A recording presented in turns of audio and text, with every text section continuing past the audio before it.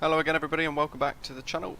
We're live today at Houston, Kilo India Alpha Hotel in the Aerosoft CRJ700 American Illegal paint, and we're going as Envoy Air today, so our call sign's Envoy 4450. Very warm welcome back to all of you guys. Roman joining us overnight as a bronze frequent flyer, very warm welcome to you to the channel, and thanks for becoming a member. And Jay, hello to you too. So we've spawned in cold and dark today, so I'm going to go through all of the stuff as basic as I can, really, or at least how I understand it. 0704, welcome, and of course as well we've got all the doors, cargo bits open, and we've got my custom views set up too, which I did a little video on that I released today. Mats, hello, welcome to you. Yeah, about 13:30 Zulu for our estimated departure time. We've got a load of wing views for us to experiment with today. Paul, hello on stand 85. Nice. I think I'm at Charlie 39 according to the charts, but it's a default airport, so I have absolutely no idea. Anyway, into the flight deck, and we are cold and dark. We've got ground power attached. You can see it right next to the aeroplane there, bizarrely, and I've used the EFB to trigger that. And we're going to go ahead and just start her up. Darren, good afternoon. 1 PM meeting stuck, yeah. Don't get yourself in trouble. Let's put DC service on. Battery master on.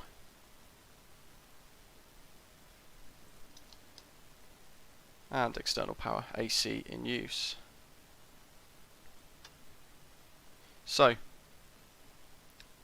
make sure the APU and everything's on auto for gens, and what have we got? We can leave boost pumps on in op. We can leave the aircon off for the time being. We want to make sure that windshield icing is on low, and probe heating is on, and we can put our nav lights on too. What else do we have? Seatbelt signs. Let's arm the emergency lights. ELT is armed. And fire detection monitor. All the warning lights clicking up. Kevin, good afternoon. So, let's get the APU started up.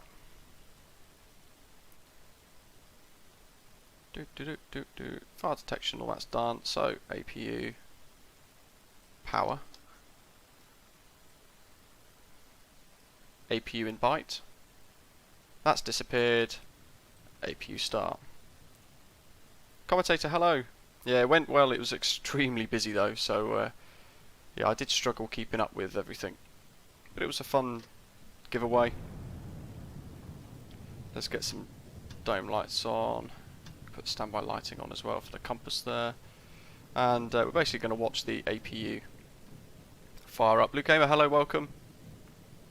Marcus, problem with your left engine won't start. Do you know what I can do? I'm not sure actually, and this is the first time I'm properly dealing with startup pushback from scratch. Everything's spawning cold and dark live and setting it up right here in front of you guys, so who knows, I hope it goes alright.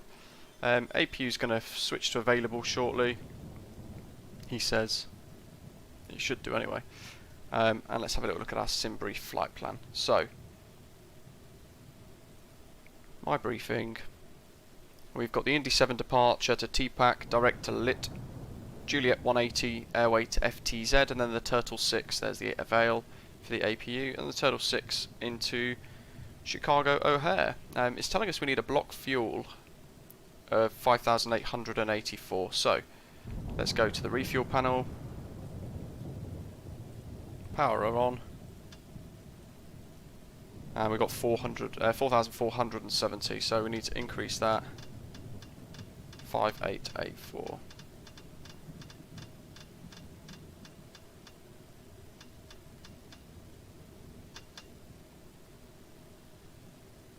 I mean, that's as close as we can get really, so let's turn those on and let's go for it. So now we're refueling. Ooh, where's the thing? Let's clear some of these master cautions. We need to align the IRS, which is why the PFD is blank. and that's down here right at the bottom. Flick those two to nav. We should be able to, once we've got the engine started, we should be able to turn the Mac trim to engage, but we don't need to worry about that just yet. Where's the lights? Integrated lighting.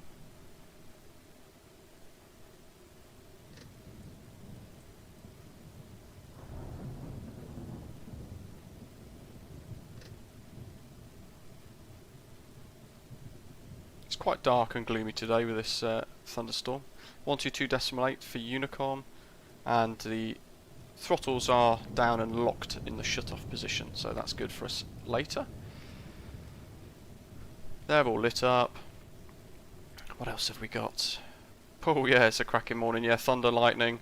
I've flown, I saw a little question, Kevin, is this my first time in the USA? Flown a couple of times in the sim in the USA. But yeah, we'll see how we go. Right, into the FMS or CDU I think it's called, isn't it, in the CRJ.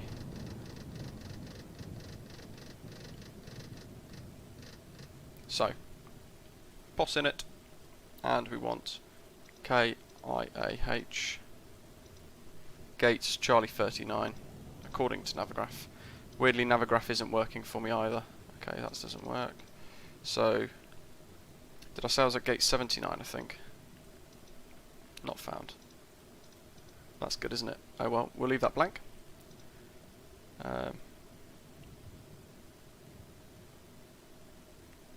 Wrong button. Let's go back. POS in it. It's supposed to go to next page. And we want to copy that value, go to the next page, set POS. Now into the flight plan. Kilo India Alpha Hotel to KIAH. Alternate of KDFW.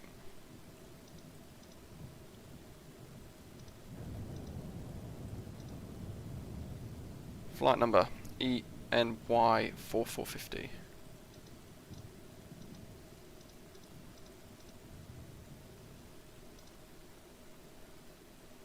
And we want to go to departure arrival, and we want to select runway 33, right. And it was the Indy 7, wasn't it? Indy 7, which is at the bottom option there. Transition via TPAC, that's good. And back to the flight plan. From the next page,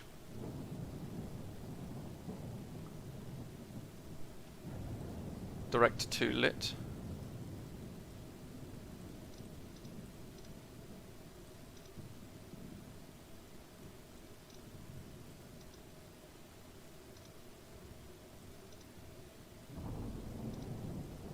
That's a strange one. I've actually put in the Navigraph nav data that we should be able to put in.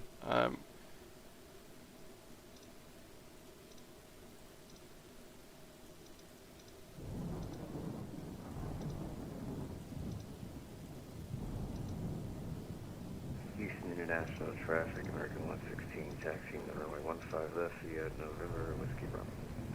Houston International Traffic. I'm just going to execute this a second because I want to see what it's expecting me to do here. Legs. Let's have a little look. Next page. And then rank. Where is rank on my flight plan?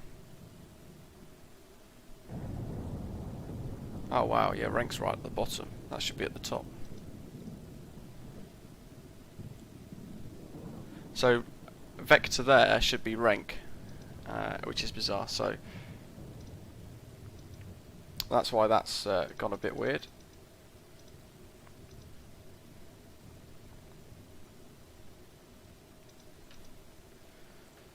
We don't want the discontinuity either, so let's execute that and we'll go back into the flight plan page. And let's continue with the fix. So from lit, we're getting there. Philip, hello to you. Mats, etc. as well, welcome. Reset, FS Live, I think, something like that. Fly Live. Captain Campbell, good afternoon, or good evening, or good morning, depending where you are. 9 AM in Canada, there you go, so good morning to you.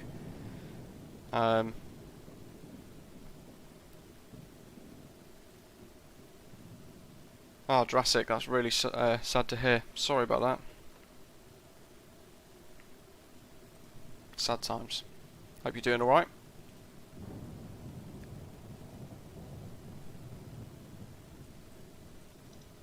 Where's that direct come from? That should be deleted.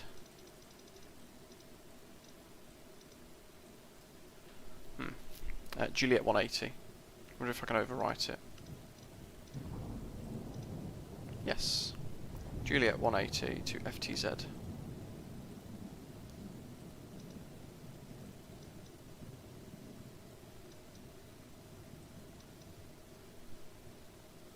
And then the Turtle 6 arrival.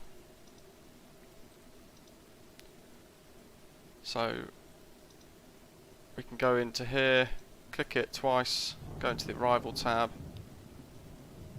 Not quite sure what arrival we're going to get soon, so we can do that once we get airborne. Let's have a little look actually. What's SimBrief expecting us to do? 04 right.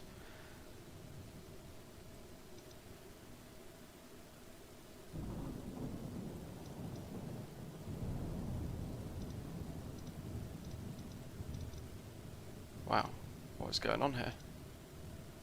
Eastern International traffic, American 116 taking off, runway 15. It appears to have froze. Departing to South Eastern International traffic.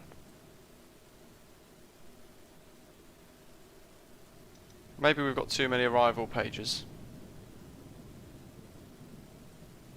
So this is with the Navigraph data. There's an import that we can put in here, and bizarrely, we are not able to do it. Let's see.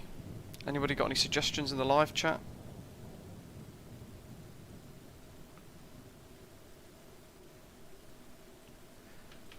Can't even select an arrival there. Maybe let's have a little look at this one, shall we? So, flight plan. No, both locked up.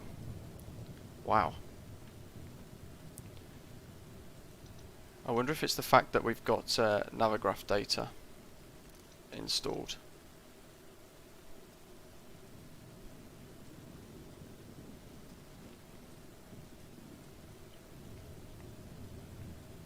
Tempted to restart.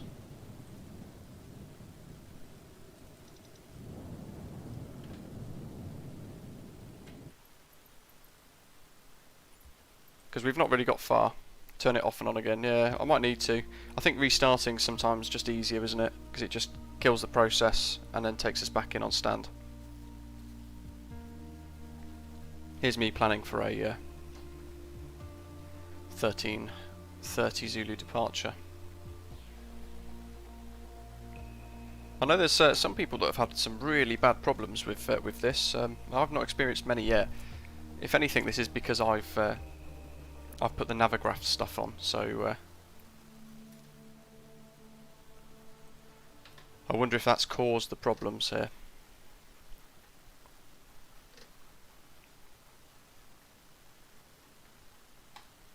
Anyway, let's not worry about that just yet. Let's go ahead at auto. APU. Captain Campbell, I'm just trying to learn it as best as I can, really. I guess like everybody else.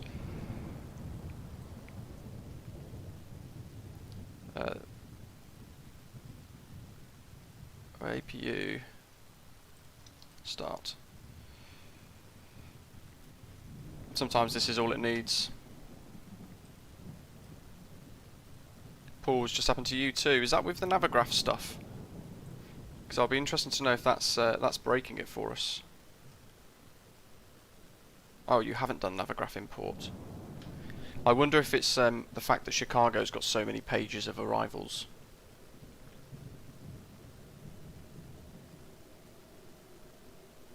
Yeah, there we go. You've just said it as well, Paul. Brilliant. I know it caused me problems last time when I was flying in the A320 a couple of weeks back. We had loads of problems with flying into Chicago. Hey, you know what? We could always change the route and go to Denver if you want. We could on the fly. Oh, your entire sim's frozen. Oh, that's not good. We could on the fly change our destination if you want. Let me know.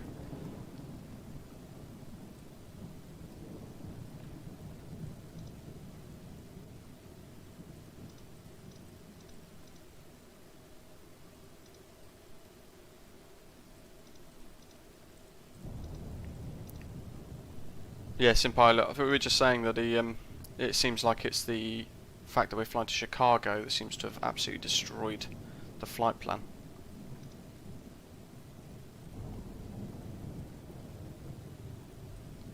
That's all good. APU's fired up. Let's engine oil low pressure, emergency lights off, window heats. Let's get them fired up. So, shall we change destination? You guys can choose. Let me know. We can do Denver, perhaps.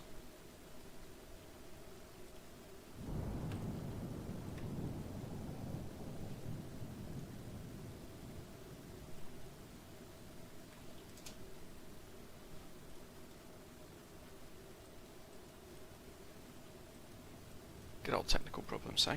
We could do Denver, we could do Minneapolis, we could fly into Indy, or we could go to Washington.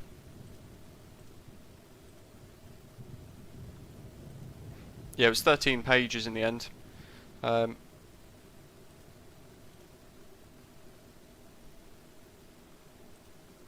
Let's do Denver, KDEN. Oh, it's massive, isn't it? But roughly the same sort of flight time. And now we'll be having the 3-3 right with a sticky 7.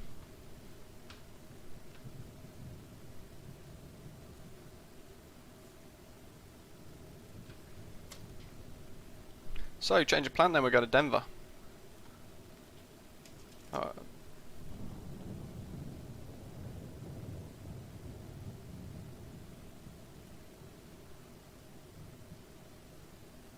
Carl says go to Montreal.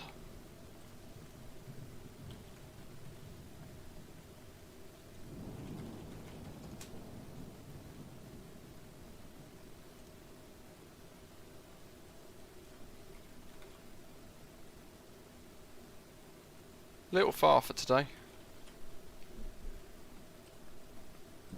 Yeah, we're doing Denver, KDEN. Somebody was asking in the chat if it's possible to get a refund from Aerosoft. Sadly not.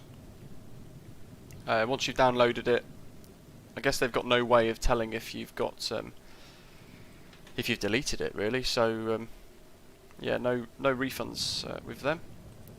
KIAH to KDEN. So change of plan. Now I might have to change that in the let's change it in the description as well, shall we? To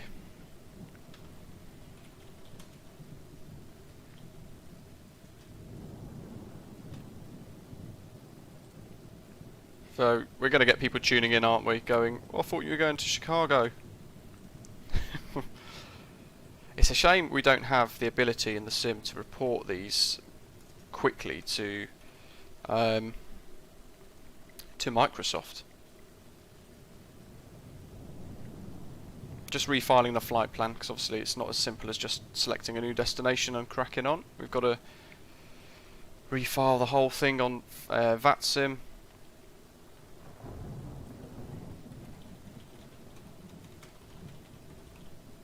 So bear with us while we sort that. I think we're going for a little later departure now, and we're going to have to fetch the new one from the server. There we go.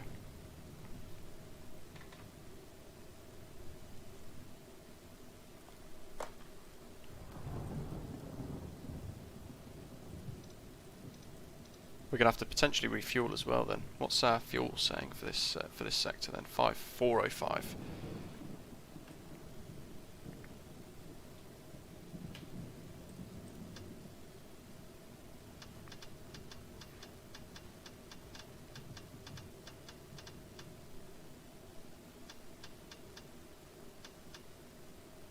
That'll do.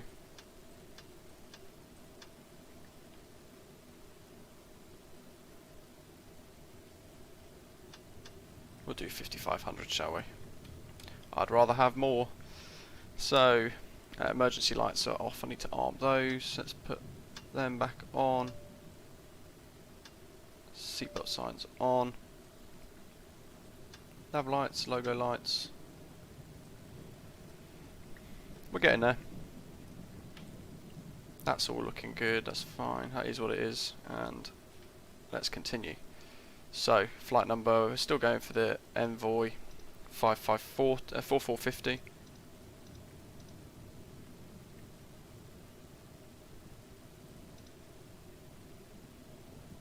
And we want it departure routes 33 right via Sticky 7.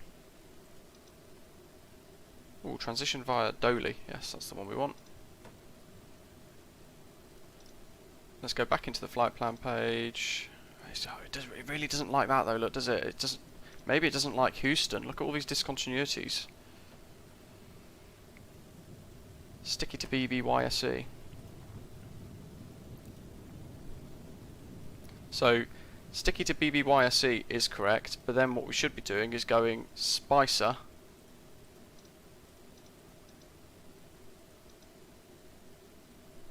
So it's missing data here. Spicer, Willis, Stick. But we just, I reckon we just crack on without it. And then we're going to go to DOLEY.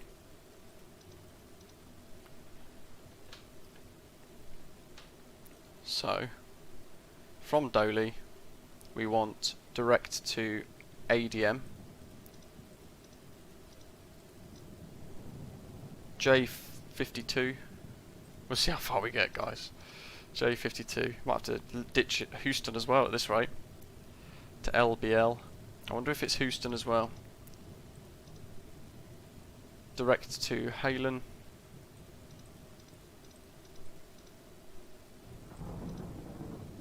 And let me just execute that. It seems to have figured itself out there though, look. It seems to have got rid of the... Oh, there you go, look.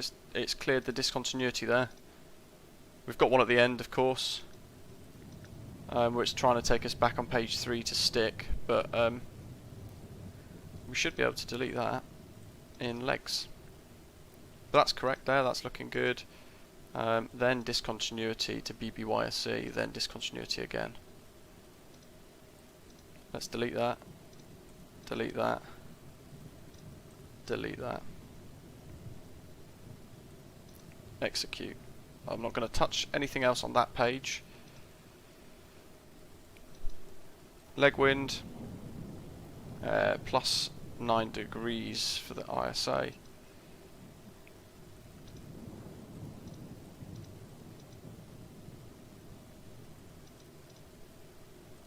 Oh, you know what? Where am I? Flight plan. Perf init is what I want. Cruise of flight level 380, I think it's filed for. Yep, 380. So nice and high. And ooh, we're going super slow. Performance. Probably just leave that as it is. Good grief. What is going on today? Set payload. Copy perf init to FMS. Init fuel from aircraft. We'll just set the V speeds while we're on that page too. That's gone in. God, look how slow it's gone. Let's just execute that. Wonder if it's trying to think too much. Yeah, so we're back again. All these, all this has come about from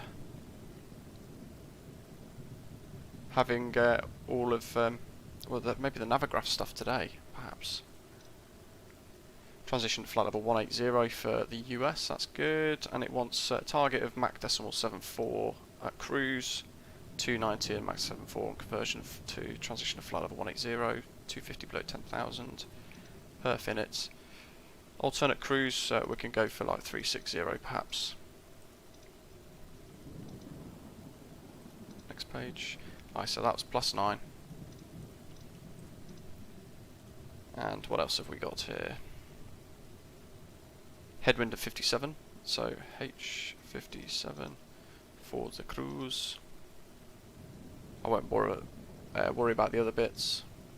and estimated time of departure. It's it's in local, isn't it? So what's the time? 8:23.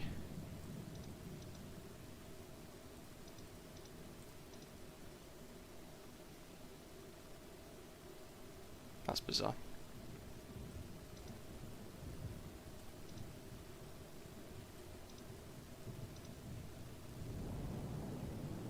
Perf, VNav, perf in it. Yeah, we've done VNav. Flex temp. Pretty sure the dude said 46 is always a good one. That's done, that's done. Don't worry about those. Today, radio, we can stick it on auto.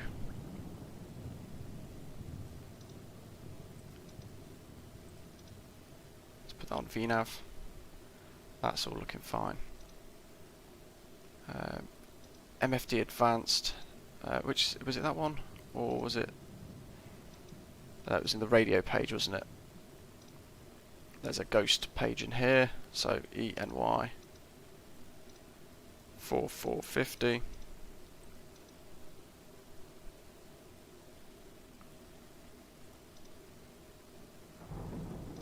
So runway 33 right to Spicer to Willis, stick DOLEY, ADM, my Mac Cruiser, Danks rolls, LBL HALEN, and then we'll have an arrival as we get a little closer.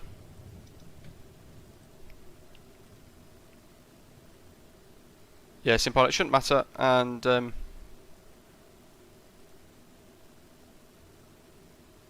Matthew T, I don't know about the CRJ, I haven't been able to get it off the ground without crashing 40 seconds later. Good grief. Let's hope this doesn't happen today. I saw XP72 do the same yesterday, so I'm hoping we're not going to have the issue. Let's make sure I'm connected to vPilot. I am. One thing I have noticed from all of this is it's very dark in the flight deck.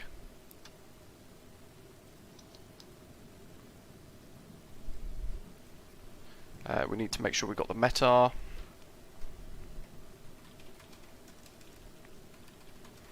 KIAH.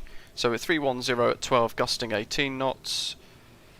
Altimeter 3013.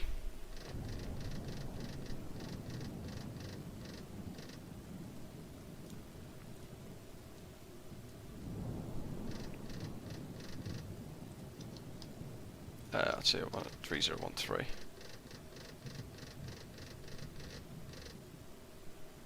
We want to make sure we've got nav source on FMS and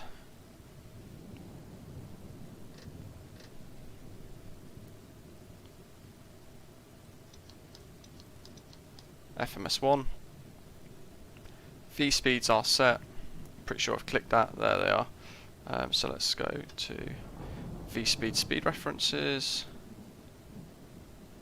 V1 of 129. Nose wheel steering is off.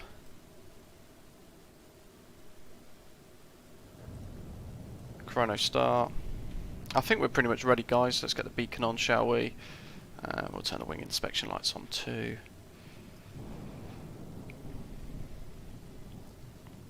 Peter, we're going to Denver now.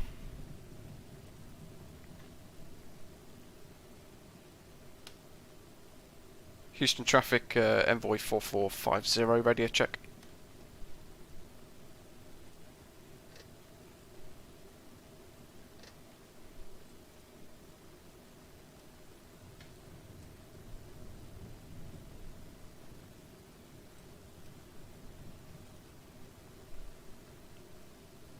Houston traffic, Envoy 4450, radio check. Envoy 4450, readability 5. Ah, cool. Likewise, thank you. I'm worried mic wasn't working. So, I'm pretty sure that's all complete. Obviously, it's a complex aircraft. We've got to make sure it's got all of the information we need before we start to think about Houston traffic, United 36. Doing any of this. Read you 5, how do you read me? It is wrecked. Yeah, you're right. So we want runway conditions. All good. Cheers for that. I thought I'd done that already. 124. So all the doors, everything are closed. There's one of the guys there as well in a CRJ. I've updated my model matching today, guys, so those of you who haven't already done so, you can download version 3.0, which I've basically, it's as it was before with a couple of updated tweaks with everything I've currently got installed, plus all of the CRJ liveries.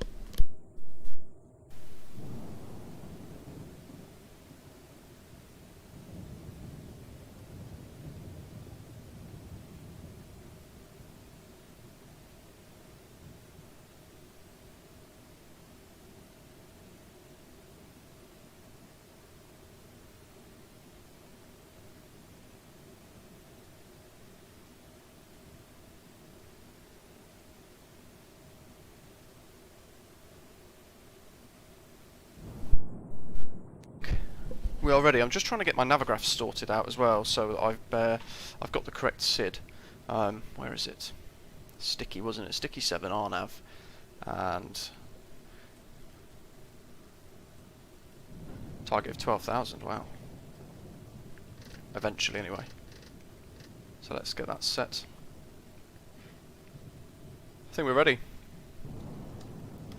Houston traffic, Envoy 4450, gate Charlie 39, push and starts, facing south. It's not even south. Facing east. Correction, east. Pushback express. Cockpit to ground. Go ahead, flight deck. We are ready for pushback and engine start. Roger. Release the parking brakes, please. Parking brakes released. Pushing back. So, pushback time. Manual crossflow override.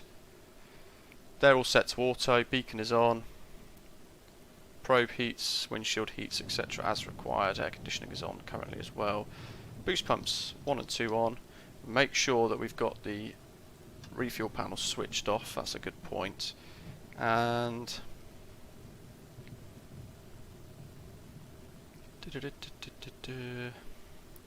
yaw damper, etc. needs to be done shortly. Although I click it there and that clears it. And engine right. We want continuous ignition on. Engine right. Start. You are clear behind, and you can start your engines at your discretion.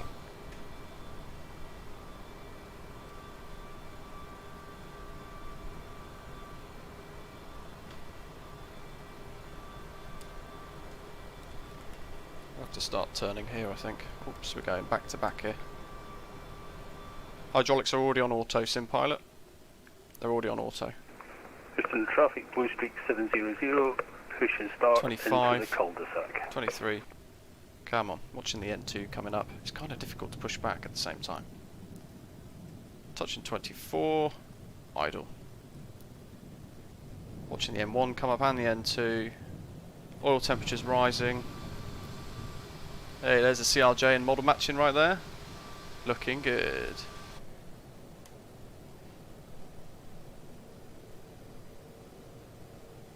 And engine 2 is coming up. Fuel flows increased, oil temperatures green, oil pressures green, needles in the green. Pushback complete. Set parking brakes, And we've got please. ITT coming up too.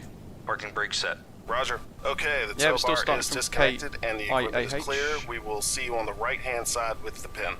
Thanks, and you can disconnect and go to hand Okay. signals. Thanks. Have a good N2 flight. is See looking you like later. it's stabilised. Engine 1, start. So again, like I showed in the tutorial that went live yesterday, we're waiting for that N2 to come up to about 24.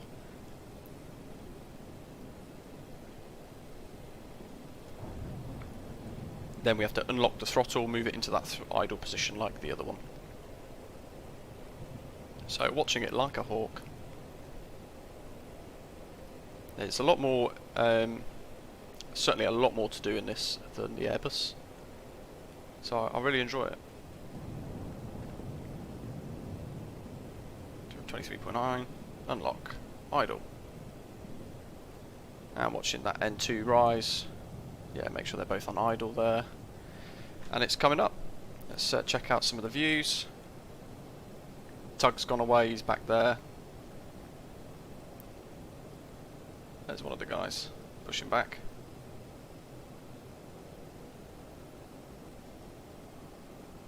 DMTB. you guys that are having loads of problems, you don't by any chance have something like the old Canadian mods CRJ installed, have you? That FSX port? I'm not sure if that would cause problems. I'm not too sure, to be totally honest. So, watching this then. Before I go anywhere as well, I just need to make sure my controls are set in T-Flight HOTAS CRJ profile good. So I've got my reverse thrust for when we get there.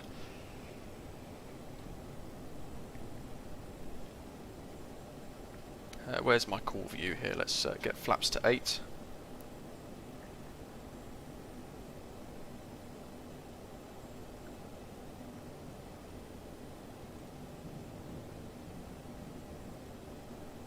And you know what, I need to start Volanta. Let me change, I think the thing still says we're going to Chicago. We're not now. Let's change the overlay for you guys. Sorry, more things to do than I imagined. Volanta. You do have that installed, DMTB. Remove that, delete that. Canadian mods CRJ.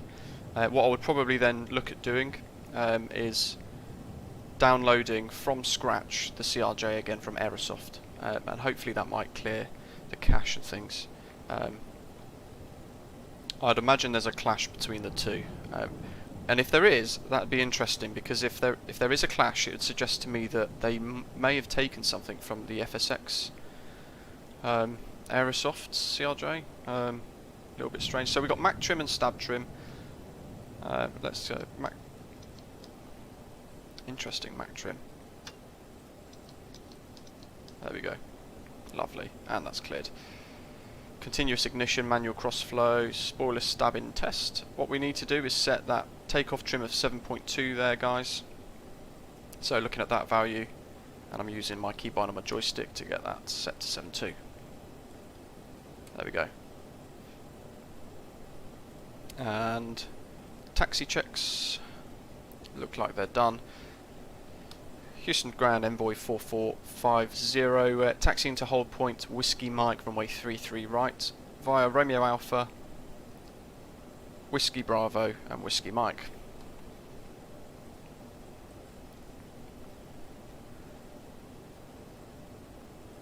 Taxi lights.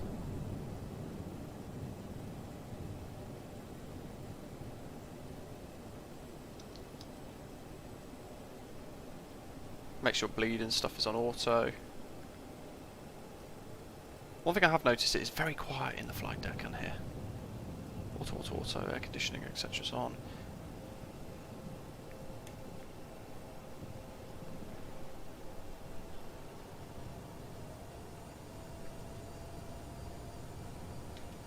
Keep forgetting to turn the park brake off. Nose wheel steering needs to be armed as well down the bottom there. And what have we got? We've got a 40-mile radius. Houston traffic, United 366, taxiing to runway 33 right via Whiskey Delta, Whiskey Alpha.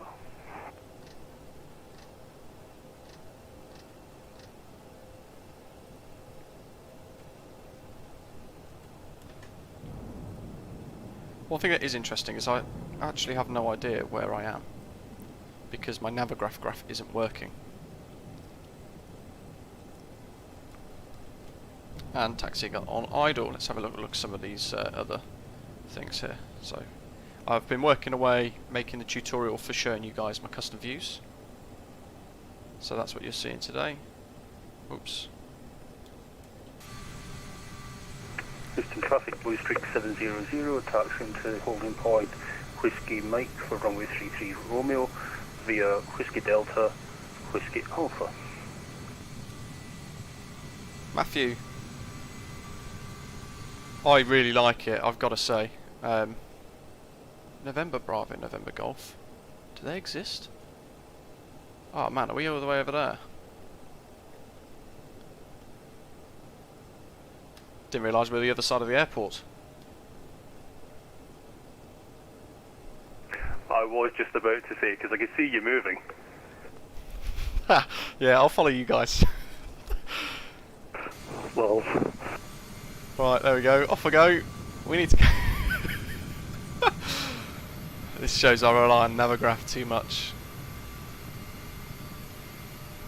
There's some really good freeware liveries starting to pop up now on flightsim.to as well, including a historic American Eagles livery. I've got a head rush now. How embarrassing. I think this is such a cool aeroplane. Matthew, I think you were saying the other day that you fly this in real life, is that correct? And if so, did you intend to fly it in real life, or did you have wishes to do something else? There's my model matching updates. There's the CRJ. Taxiing away, lovely.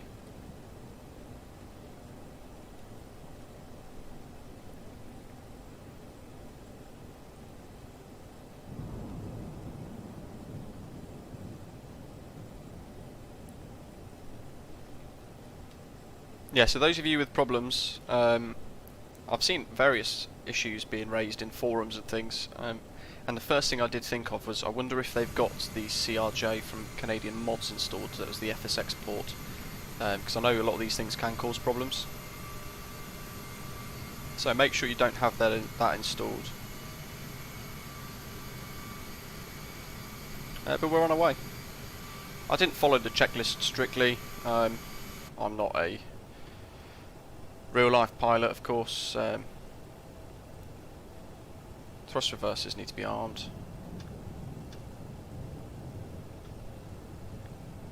Trim is green and checked, flight instruments are checked, brake temperatures are all green and 0. Before takeoff checks, we'll do that shortly, so we've got half an airport to taxi round. God, those guys are absolutely gunning it.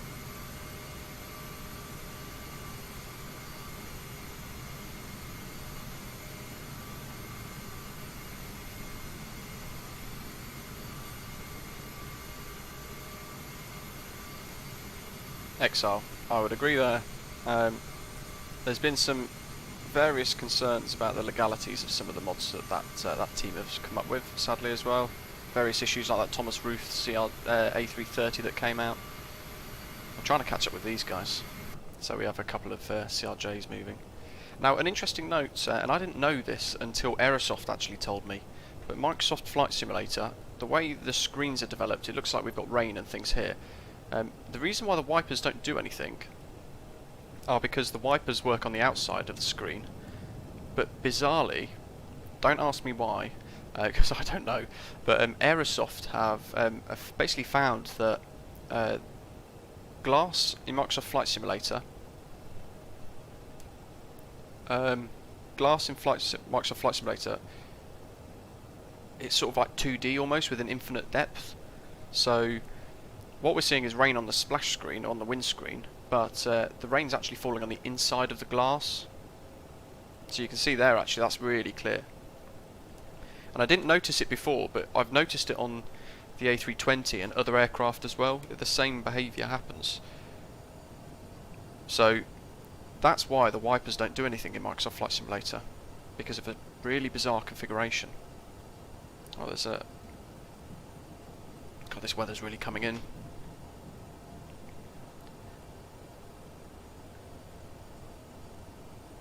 Matthew, yeah, that's a great idea. And obviously as well, in Microsoft Flight Simulator, when it's raining, it's like you're taxiing on glue. So at the minute I'm at 50% N1, just to keep moving. But we love the sim.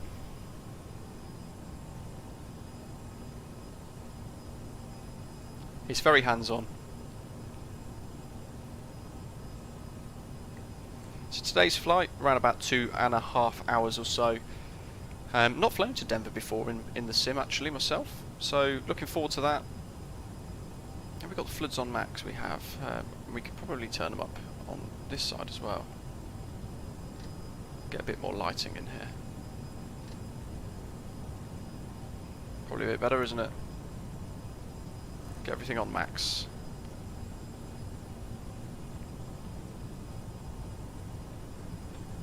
Taxiing a bit quicker.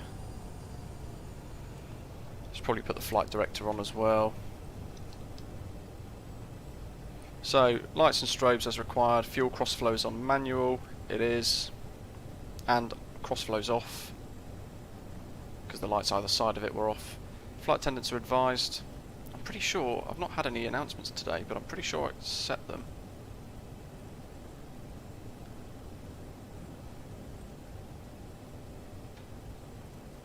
Let's get some cabin lights on as well, shall we? Let's see what that looks like from the outside. Can't quite see it there, but on the inside maybe, on the cabin views. Oh, look at that. I've also set, guys, which one are they? Maybe, there we go. I've got an interior cabin view there looking down the aisle, which is really cool. Now we're coming to a stop here almost. Houston traffic, United 366 entering runway 33 right. Johnny, yep, they're not. That's because for Microsoft a Flight Simulator is configured to have, don't ask me why, but basically the rain falls on the inside of the glass somehow, so bending the laws of physics. EXO, yeah, the old A330 had problems.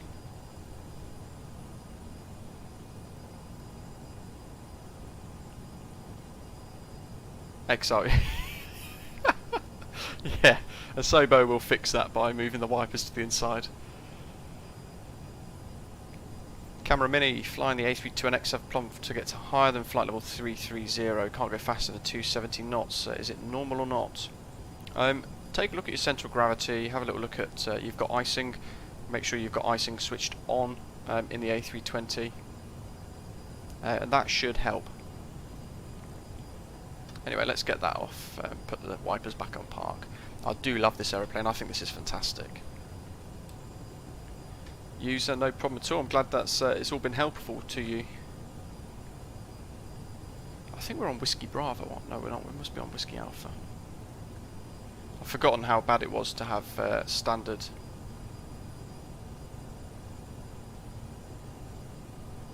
Whiskey Alpha.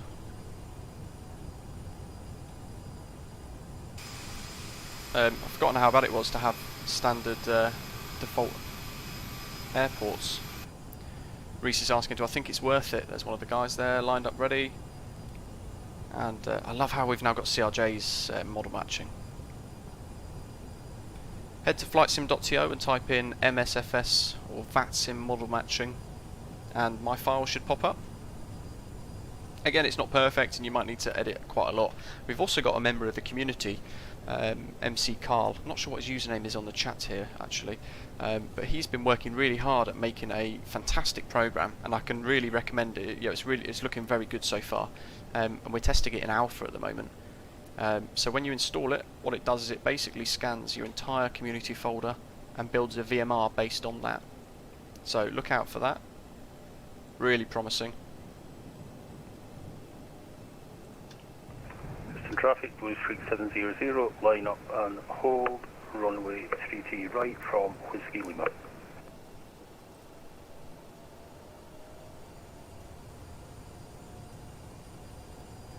Let's go to Whiskey Mike, shall we? Because he's going to line up there. Let's line up behind him.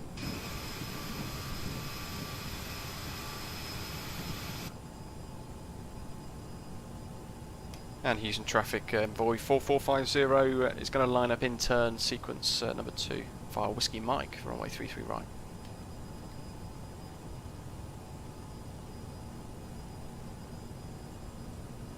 Matthew, yeah, it's not the most logical of airports, I've got to say. Oh, guys, I've just had a weird problem. Everything's just shut down.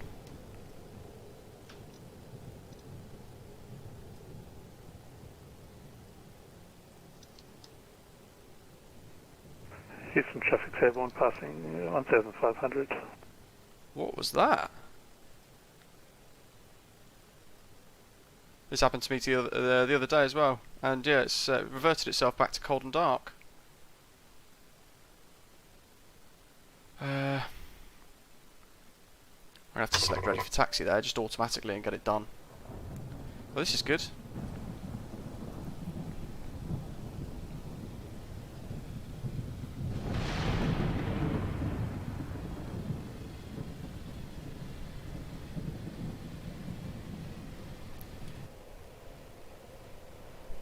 So I'm having to do the automated startup procedure now. I have no idea what happened there. This happened to me on the live stream as well, didn't it? For those of you who were watching live.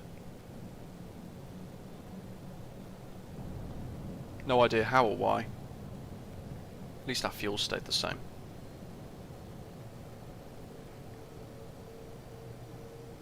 Oh dear.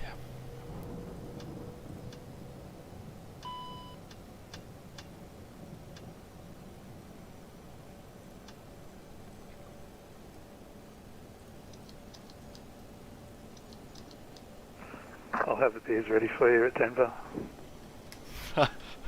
Thanks. Dear. I wonder what happened. I didn't even click anything at the time.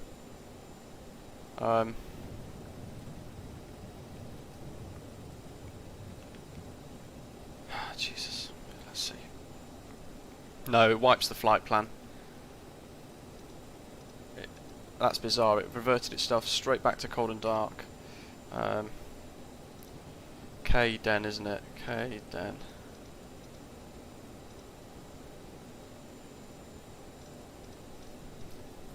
At least this is a simple route to put in, I guess. Where are we at? Sticky 7, wasn't it? I had to do this 3 times when we were live the other week. Flight number, departure, 33 right, sticky 7.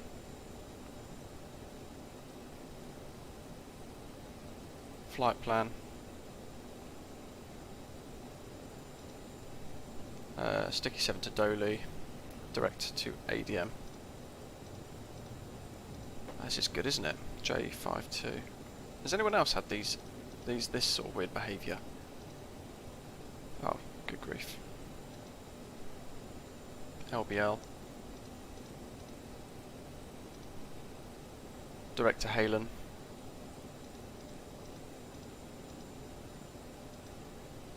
Let's just execute that.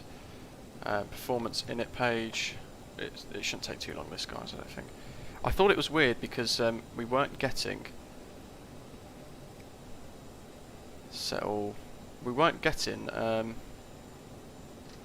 any of the flight attendant announcements that we were getting yesterday. We had the whole welcome on board and all that sort of stuff the other day, so...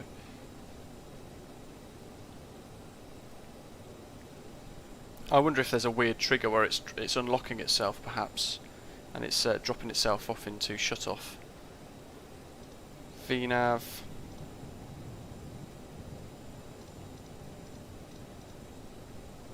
That's still set at 10,000. I wanted that 12,000 actually, so that's reset itself too.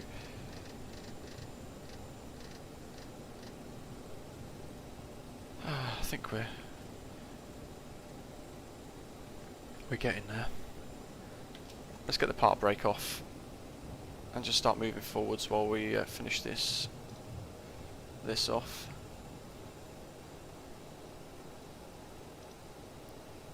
Performance. That's reset itself, of course it has. Radio page.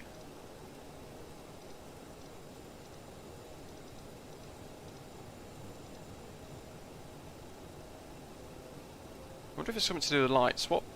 Does anybody remember exactly what I clicked when it all went wrong?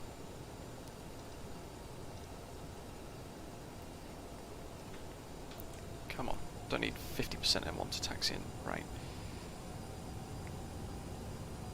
Jay, yeah, you know what? It might do. It might do. I hope not. Hello, Echo. Welcome. God, what a handful this is becoming. Again, I'm certain I didn't do anything wrong there.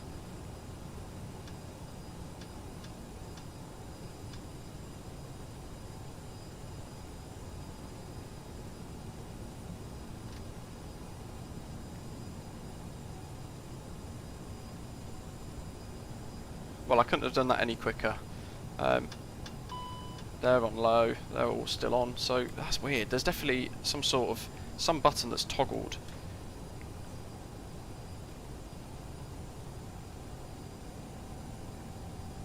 Houston traffic, Envoy 4450, lining up Whiskey Mike for departure runway 33 right on a sticky 7.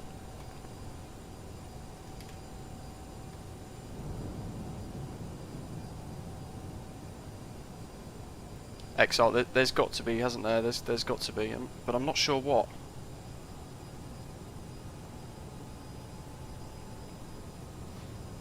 Matthew, that's a bug. Ah, okay, that's it's an annoying bug, I've got to say.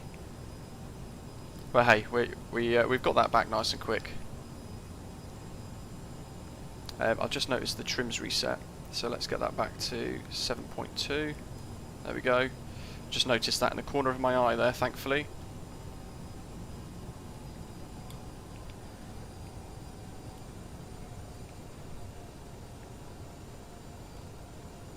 And slats flaps are still showing green. Oh, okay. Actually, one of the guys has just departed in front. I'm actually going to hold the throttle at 40%. I daren't not reduce it just in case.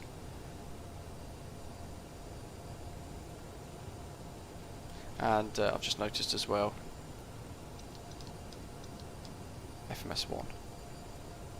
Let's reset the heading bug. Houston traffic, Blue Streak 700, airborne runway 33 right, passing through 2,000 feet. Chrono's reset as well, of all the things. Sticky 7. I'll deal with the rest of it when we get up.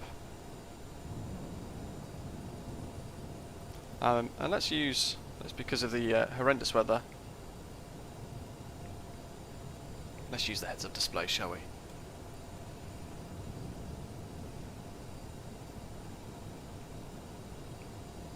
We'll give him up to a minute or so for his departure. We can see him up there actually, whoops. We can see him over there, the beacon light. Have we got everything else set on? Yes. They're all on. There we go. At least we're back up. And running nice and quickly. Flight deck to you, hello. You need to download something called Fly Live, I think it is. Tom C, welcome.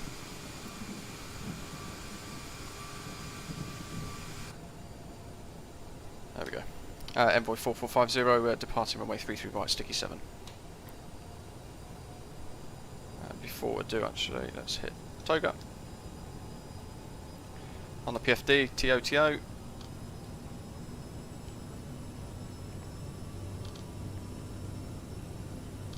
Toga, thrust set.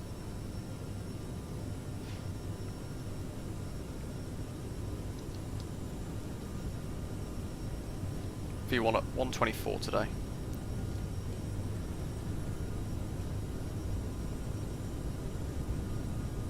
Now Cup, welcome. V1, retake.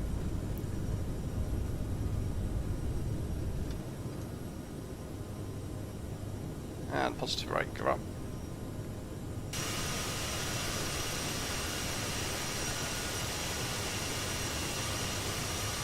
Crispy, it does, doesn't it? Charles, I would be quite scared as well. So we want speed mode, and we want nav, and coming up to 1,500 from memory, autopilot on.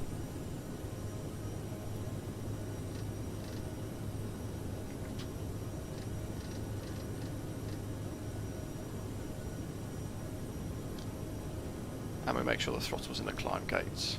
It is now. I want to make sure we've got wing anti-ice on, and after takeoff was cross-feed, cross-flow on norm, on auto rather, and you can see that speed there is holding us at 220 nicely. Are we on nav mode? Yeah, we are, and we're straight out.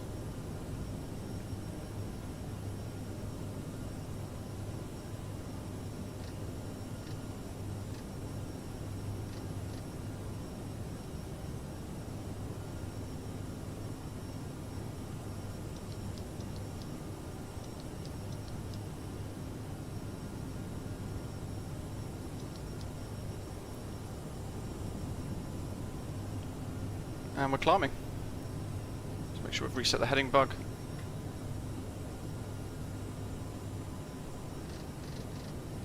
And well, at least we got her up, eh? And flap 0 as well, actually.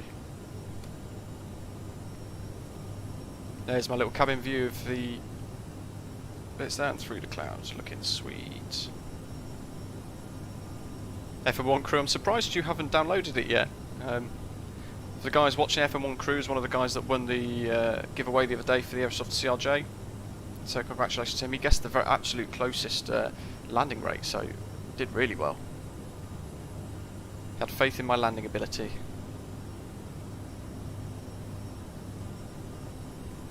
Exo, how can you scroll through your flight plan on the MFD? Do you know? To click on MFD page, I'll show you in a second actually. Once you punch through the cloud, I really like these views. Let me know what you guys think. Do you guys like the passenger views as well? How are we doing here? 240 knots, passing 8,000. Oops. And you can see that we're it's the hot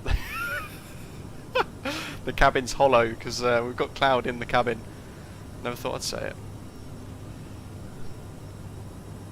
Ian, yeah, basically I think it is effectively the flight level change. And through the cloud, there we go, lovely. Breaking out.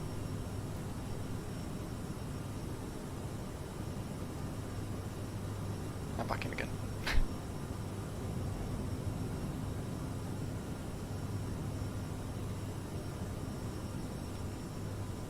User, struggling to deal with descent and VORs and things on VATSIM. Where is the Streamlabs? It's live.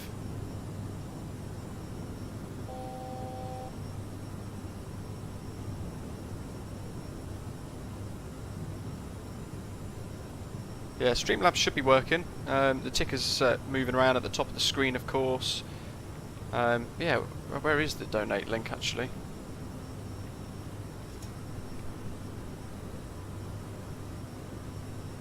There we go, look at that.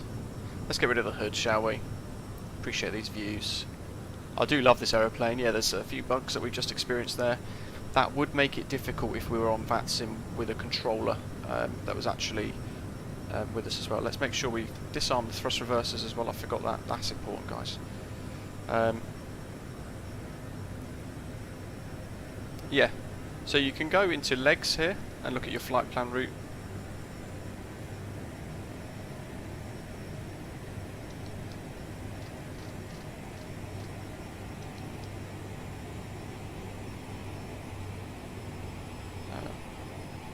Oh, that's my bad.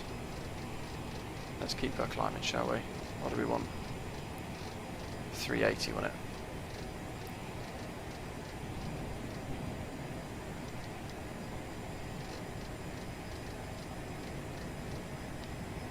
Make sure we've got the thrust back in the climb gate. No auto throttle, of course. So in the VNAV speed then, climb target speed of 290 knots and Mach decimal 7.4. So let's make sure that's targeted and set properly. The thrust status.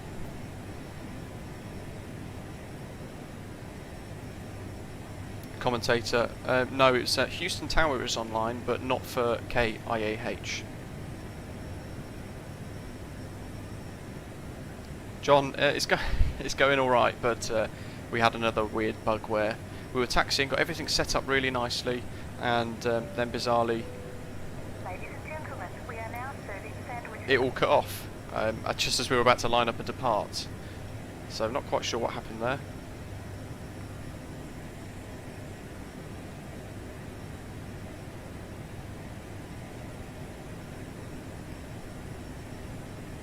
And climb at 290.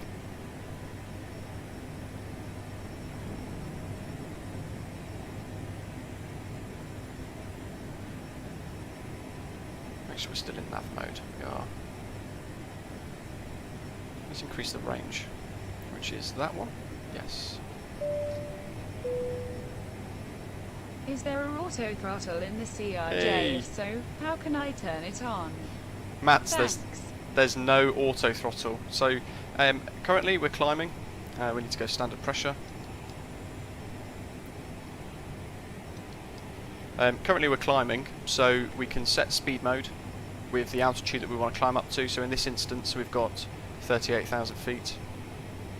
And we've set 290 knots as our climb altitude, our climb speed, and we put it in the climb gate. However, once we reach the altitude, we need to then make sure that we bring the throttle back and we manage. We have to manage the thrust ourselves, basically. Ian, yeah, buy direct from Aerosoft. That'd probably be my my advice as well. Flight plan, perf in it. It was +9, wasn't it? Let's try and put in the rest of this data, shall we? Headwind of 57.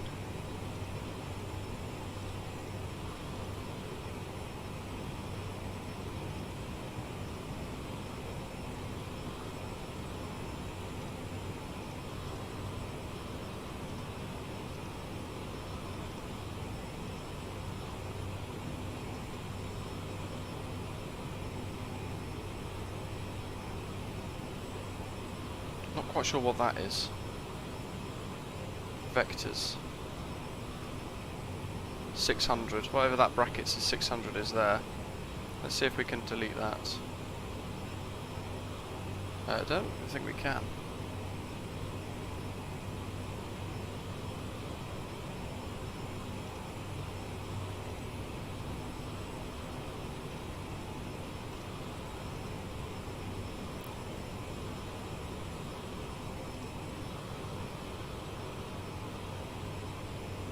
This is where I find out in a second that I've broke everything. Cancel modifications, actually. Oh, I have. Whoa!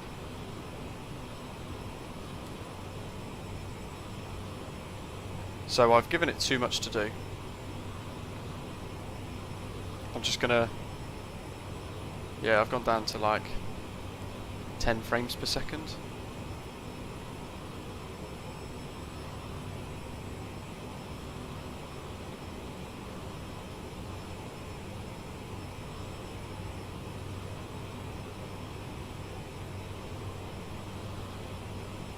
Yeah, so basically whatever it's done, it doesn't like the departure at all in Houston. Let's just hit execute. Oh, there we go, we're back in.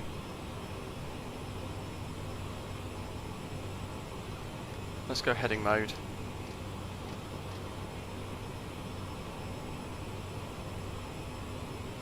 To stick. Yeah, it's got to be something to do with the nav data, Houston and Chicago, that have caused us problems today.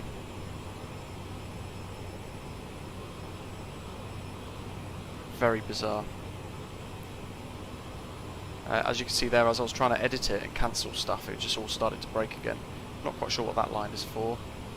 00 to stick, 23 nautical miles, 3 minutes. So I'm flying it with heading mode now.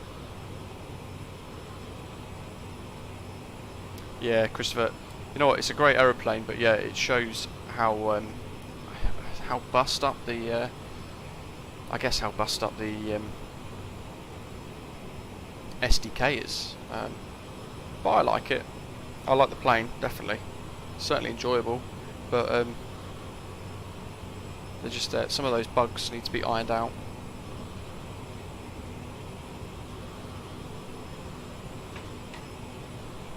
Not quite sure what happened on the ground, to be honest. But at least we're up.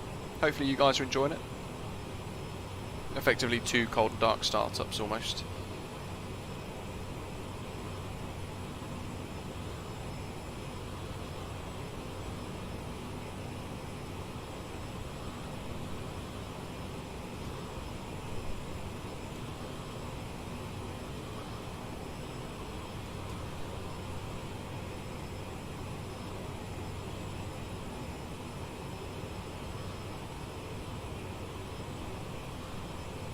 John, yeah, the freeze of death does make me sweat a little bit as well.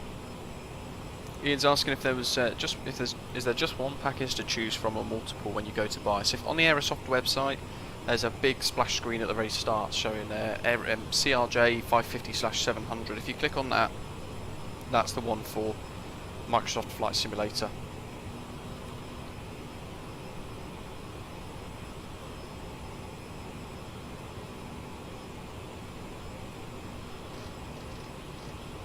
Let's have a bit of a left turn here, so try and intercept this a bit neater. And I'm hoping we should get a little flash down here telling us our next waypoint should be ADM, and in which case I'll put it back on nav mode.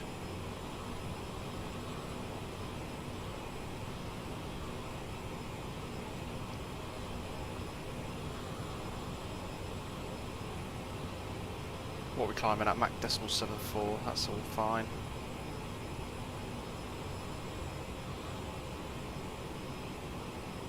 So can you show me how to go through steps on the MFD? What steps in particular? Have you got something specific that you're looking to get help with, or?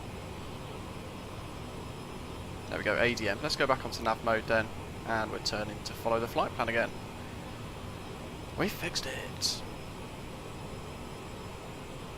Awesome. I can't even remember what my keybinds are anymore. I've got such random ones.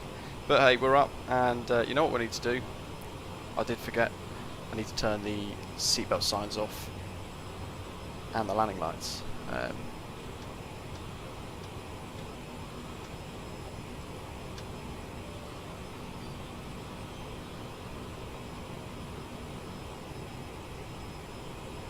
Little wiggle while it's trying to get itself back on the path. Has it put itself in half bank mode? It has. XO, yeah, so you can just click legs and then click next page and just scroll through basically.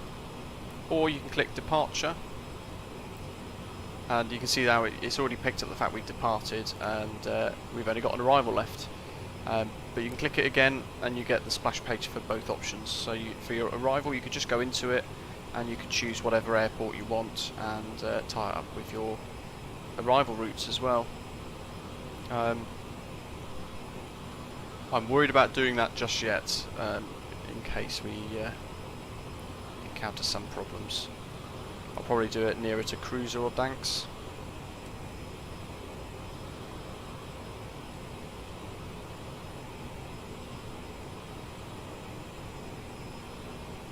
XR, yeah, I'm quite happy with the CRJ as well.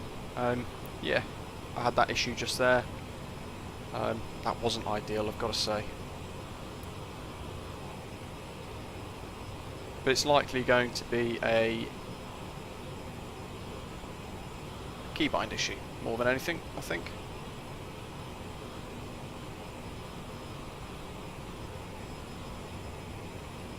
Hello, welcome. There we go, altitude intercept coming up.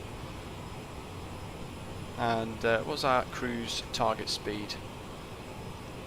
Mach 0.74.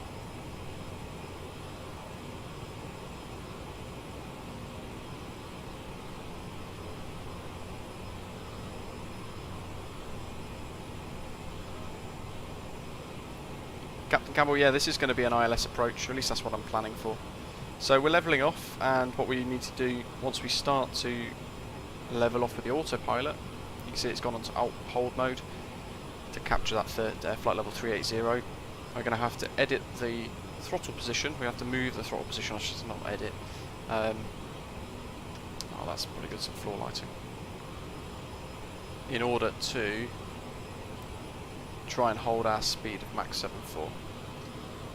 It's automatically converted itself to Mach, you can see there.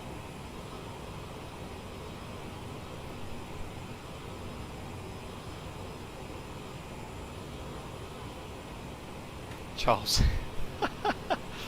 Hey, you know what? I've watched quite a few streams over the last few days, and I've got to say, I think I've been quite lucky. I think I've done alright. All of my issues have been on the ground where it's just randomly cut off like it did today. There's got to be a keybind for that somewhere. It's got to be something I've done, and it's triggered, flicked a switch, or caught something inadvertently off the screen somehow. There we go. So you can see now I've moved the throttle to about half. It's 74% N1 at the moment, just to try and hold. Come down and hold that Mach 0.74. Probably need a bit more thrust. Once it's set, you should in theory just be able to leave it and just monitor it still. So we're losing speed a little bit there. Perhaps that would be a good setting for us. 81% N1 though.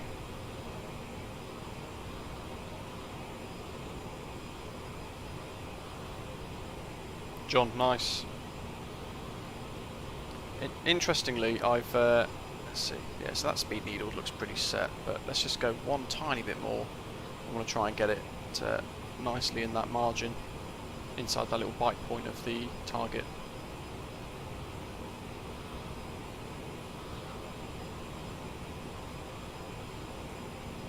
There we go. And that's about 83-84% N1. We could probably, because it is starting to creep ever so slightly, we could probably come back a tiny bit. There we go, one little notch. So it is all about managing speed and everything else. There is a fair bit to monitor with this. What have we got? So let's do range, let's go to 80. XO, that is strange. Yeah, as I said, I've not had any issues myself, except for the ones on the ground, bizarrely. Oh, and I still can't work out for the life of me why it keeps cutting off.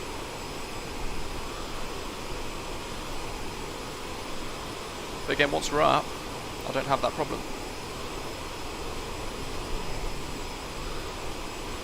Contrails.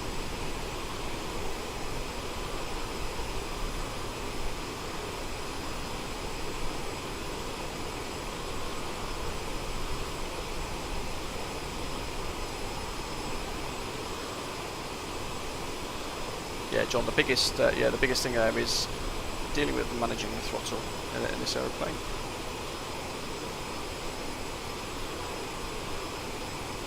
You know, I've never physically flown in one of these myself.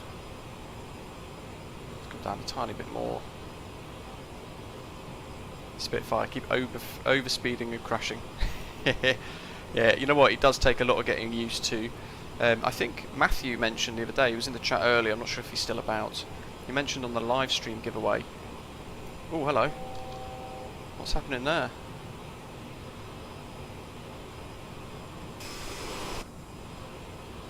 We just lost 400 foot out for nothing.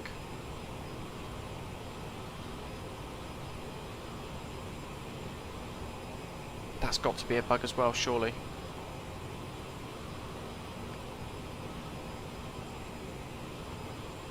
Didn't even do anything then.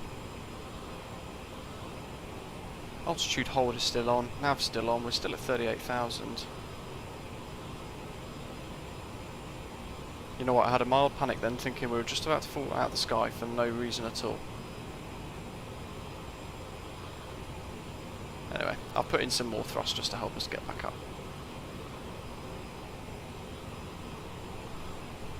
Echo, hello.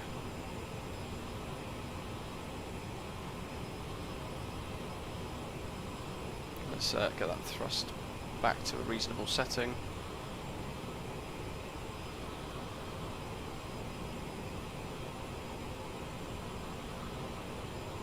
I wonder if it was the weather change. Matthew, possibly. Quite violent though for it to do that.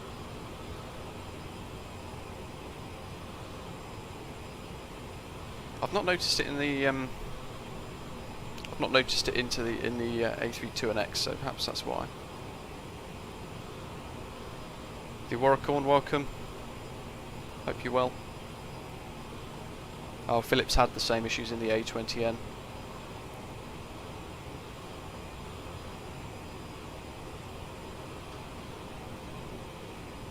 %, N1 at the moment, and sort of just above the speed target there, but I'd rather be a little bit faster than a little bit too slow. SimPilot, have you got the Airbus quadrant by any chance? Because I know quite a few people have had issues with that. One guy, I know he's been trying to get videos done for the last few days, but his Aerosoft CRJ is just not working at all, no matter what he tries. But I've suggested it might be a mod conflict, like the Canadian mod CRJ from a little while ago, because I remember he did do a video on that, I think. any ports and things I'll actively avoid, to be honest, if I can. The one thing to watch for my setup in particular is the scroll wheel does a lot of flicking the switches, so instead of clicking the switch, some of them only move if I scroll up or down on my mouse wheel. So that's got to be a bit of a problem. So I wonder if me scrolling around I've ended up clicking something inadvertently. Let's make sure we've got the heading bug reset. John, enjoy. Let me know how you get on.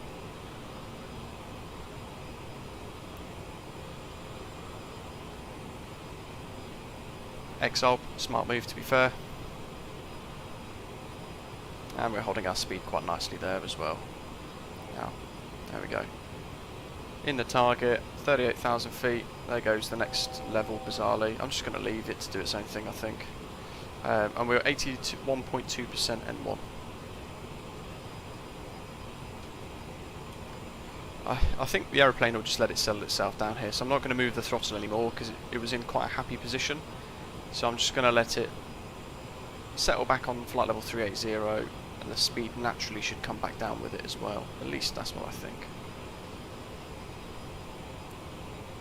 Second time that's happened though. But hey, at least the don't want to jinx it, but at least the engines are running. So let's have a little look at some of these options that we've got on the aeroplane then. Got some of these status pages. Ready and good afternoon, ping. Yeah, thanks for that.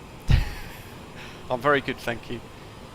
Experienced a little bug on departure, but all good. There's our electronics page. And our cabin altitude. We're going to have to change our landing elevation as well before we get to Denver. Denver's very high up actually, isn't it, from memory, so... and I need to re-import my new flight plan actually. Oops. Into Navigraph. Because we've changed, haven't we? We've ended up going to Denver instead of Chicago. So, going left instead of right. Open the charts list. What have we got?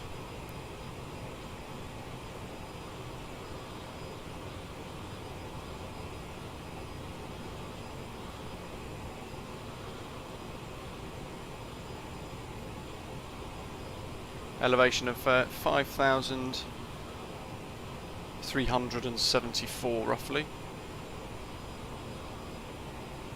Trying to find... Oh yeah, Denver's a huge airport. I've been there a few times in real life and it's absolutely massive.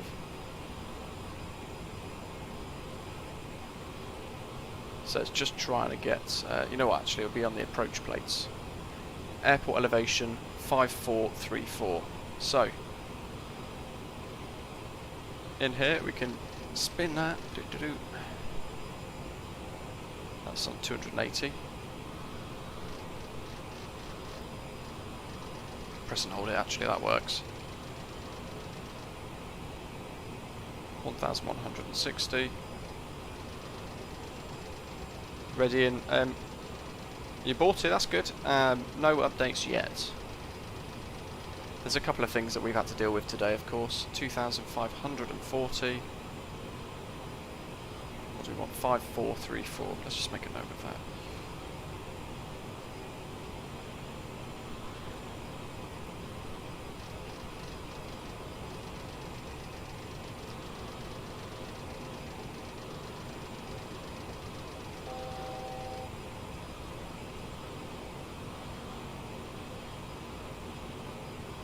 $3,860.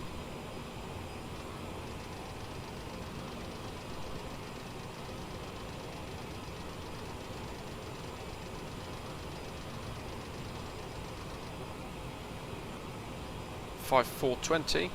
That's good. So $5,430. $5,440. There we go. We can't be any closer than that. We're 6 away. 6 feet. Charles, half bank basically limits. It's done it automatically itself. Actually, I've not clicked it, but it limits the rate of turn. So when we get to a left or a right turn, if it wasn't for half bank, what it would end up doing is turning maybe towards like a 30-degree bank angle, which we don't want. So that's what half bank does. It smooths out the turns. It limits it to about 15 degrees. instead of 30 degrees. As Ian's saying, yeah, so it stops people wearing their coffee. Ops, hello, welcome. So we've got our landing elevation set ready. What else have we got that we could do? Let's check out the hydraulics page. I didn't look at those earlier, but I should have done, to make sure they're all green. We've done the electrics page. There's a page within that as well, I believe. And let's have a little look at fuel. So fuel used 1,100 kilograms. Good grief. And total fuel left 4,415. So that's good. Is there a second page? No, there's not. Flight controls page. There we go. That's for us testing our flight controls prior to departure. Anti-icing. Green, green, green, green. So that suggests they're on. The ones there are off.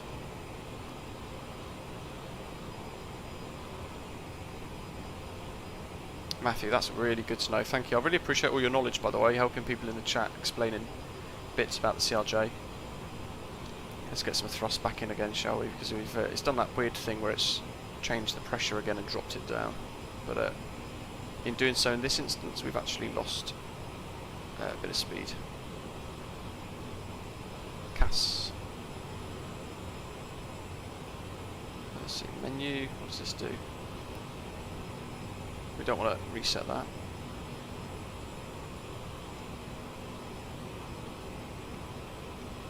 Go back to the primary page. We could probably leave it on the fuel tab actually for this. We've got total fuel there, but we could just monitor some stuff, I guess.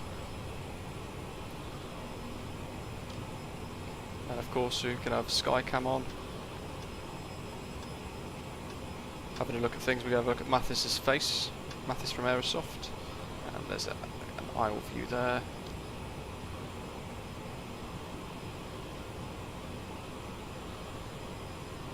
That should be good for us there, right about there. So looking at some custom views then. This is the CRJ variant, the CRJ700 variant I should say, so a little bit longer.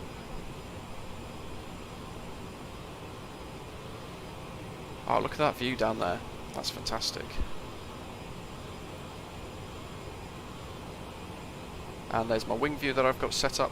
The video went live today, folks. If you've got the Aerosoft CRJ and you want to get some wing views custom set to however you guys want, then I've done a really detailed step-by-step tutorial on the channel this morning, showing you guys exactly how to set views like this.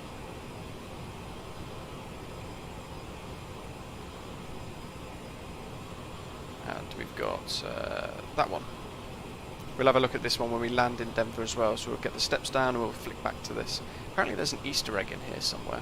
One of these signs. There you go. There's an Easter egg. Evacuation is important. To save as many passengers as possible, simply open the door and throw them all out. And inset, emergency procedure. Steph Hoffman, 3D artist, made this nice aircraft for Aerosoft in 2013. If you open the door too fast, not good.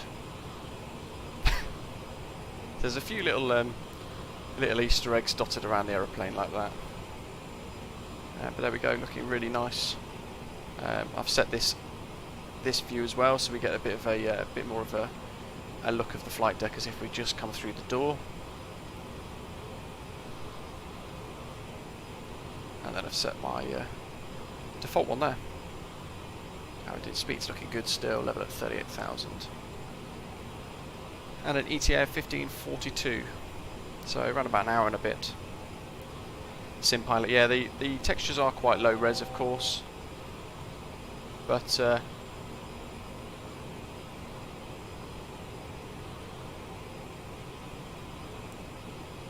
I guess it comes down to performance. Flight Aviation, hello. Christopher, yeah, I completely agree with you there. The 320 should do better at limiting its bank angle. It throws itself straight into a 30-degree angular bank, doesn't it, which is a little bit bizarre. The sim keeps changing its local pressure. bearing in mind we're on standard pressure, it shouldn't really be changing too much like this. I definitely haven't noticed it in the A32NX this often. Yeah, cabin textures wise, was it that one? No. There we go. I guess it all comes down to performance. So if it's raining, we'd probably see rain in the cabin because it's a hollow cabin, if you like. Christopher, yes, basically. I guess that's how they've released it so quickly. They've taken their P3D CRJ and then they've edited it completely for Microsoft Flight Simulator. Contrails, yes. There you go. Hopefully you guys can see that. Probably better from below. Looking good.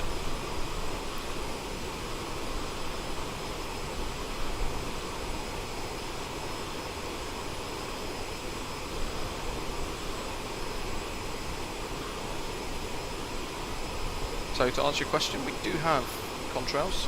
Press the T button, which I can't quite remember what it does. So let's switch back.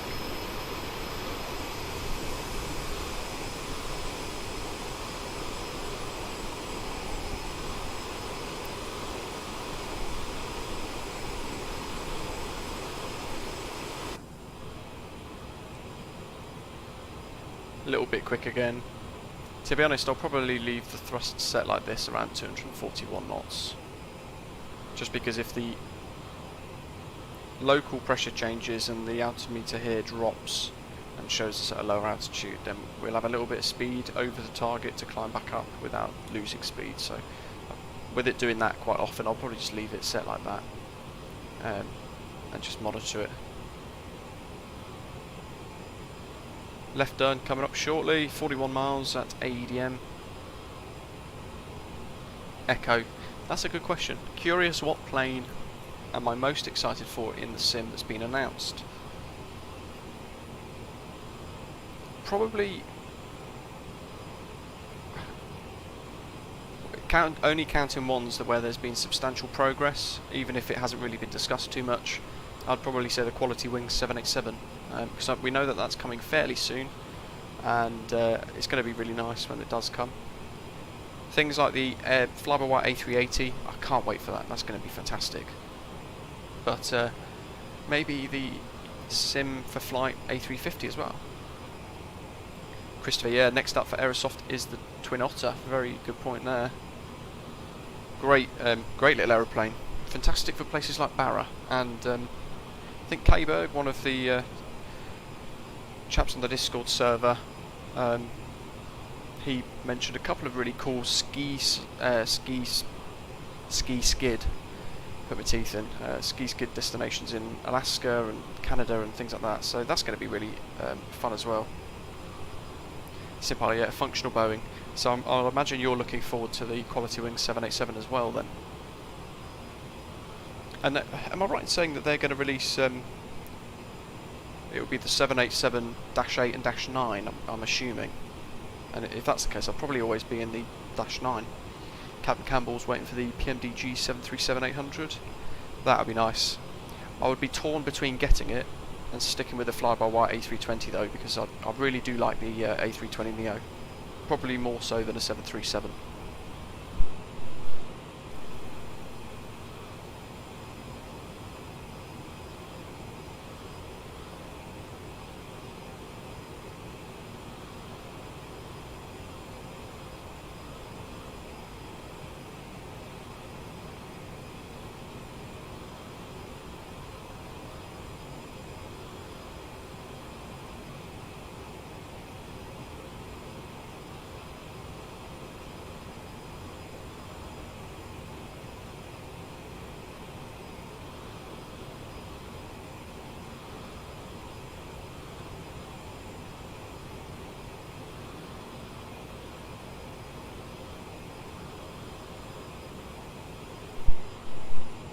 Yeah, Echo going for the same as well then, that's cool.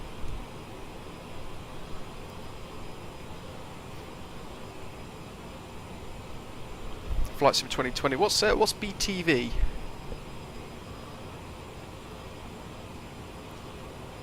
I'm sure it will stand for something, but I'm not quite sure what it is.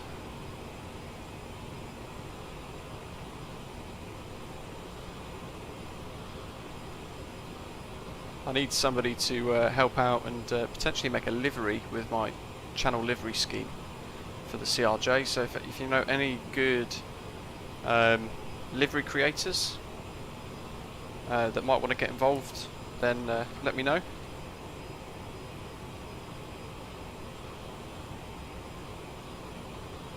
Oh, brake to vacate. Yeah, commentator. Good point. And oh yeah, there we go. Yeah, Flight Sim 2020 and Matthew. Yeah, thank you. Brake to vacate is a really good system. I think it's on the A350 as well, so it's going to be really quite interesting to use. But yeah, I should have known that. I don't know why I didn't think of that. I spent a couple of years flying as crew, sitting in the flight deck, pretty much every flight in the A380, and it's a brilliant aeroplane.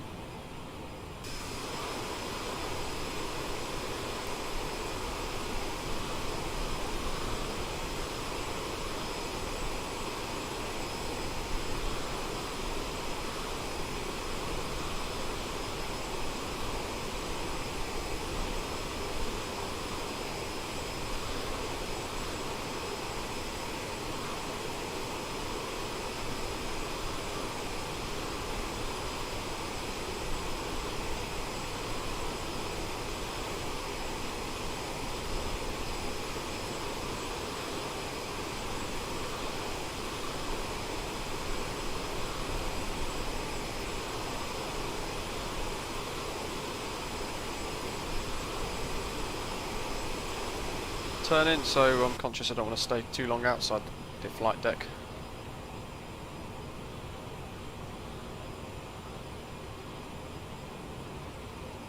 Paul, you got white lines everywhere, having to use heading as nav. It just threw me into weird headings. I had that on departure as well, so I had to fly the departure on heading mode. So it didn't like the heading. It didn't like the departures out of Houston. Interestingly, because it had a couple of returns back to the airport again. Little right turn there, bizarrely. Anyway, let's recycle the heading bug. Push. So that's one thing we've got to get really in the habit on with this this aeroplane is switching back across and changing the heading mode depending on where we're facing all the time. And we've got the Microsoft Flight Simulator left and right oscillation all of a sudden. I'm going to monitor this because I don't want it to get too bad. Philip, interesting. Wonder what he's doing there. What is it doing? I'd imagine it's just trying to calculate how to position itself in the with the wind. Let's have a little look at the range here. Let's zoom right in. Wow, what is it doing? Let's go back to heading mode.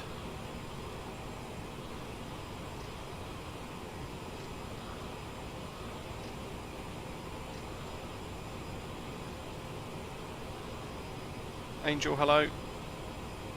Yeah, Christopher, that is a very good point. Brake to vacate does require you to nail the landing.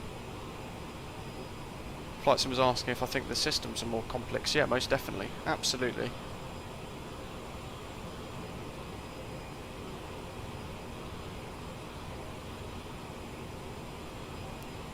Matthew, yeah, I could quite imagine. It becomes like the favourite thing to do, I guess. Let's put it back on on nav mode and see if that's helped. FMS1. Come on. The only thing I could think of is it was struggling to calculate where to position itself in relation to the wind, because we've got a 61 knot, 62 knot crosswind for the route.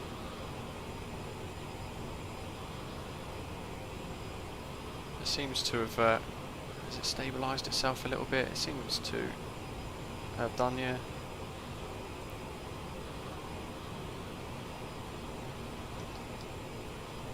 Cool. There we go. Look at that. Strange oscillation again. Flight Sim 2020, yeah, the A380 you'll get into it and it'll be familiar in the sense that it's Airbus and everything's very samey with the Airbus. But yeah, the A380 is a whole new level of Airbus style of flying, I guess. A whole lot of additional complexities to it. But I think it's going to be great in the sim. I can't wait for it. UC, hello, welcome. Hope you're okay.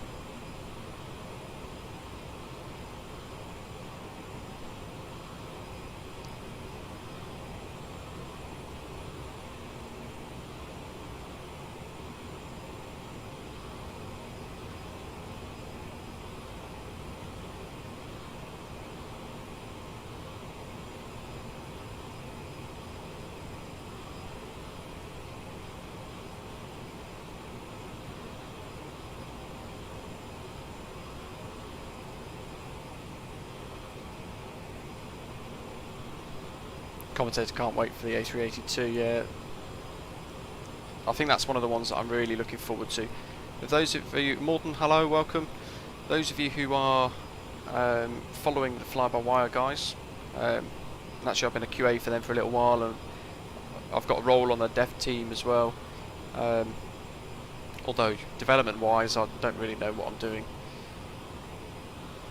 You see, the CRJ is behaving okay so far, but we had one problem. We were taxiing on the ground and everything went straight to cold and dark again all of a sudden, just as we were about to line up on the runway. So I used the aircraft state in maintenance. No, not maintenance. In aircraft, I just went straight to ready for taxi and I clicked that, so that we got it all ready to go again.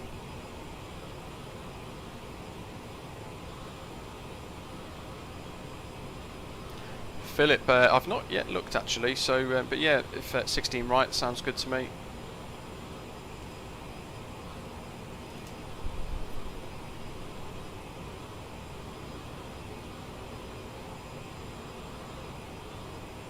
Paul, interesting.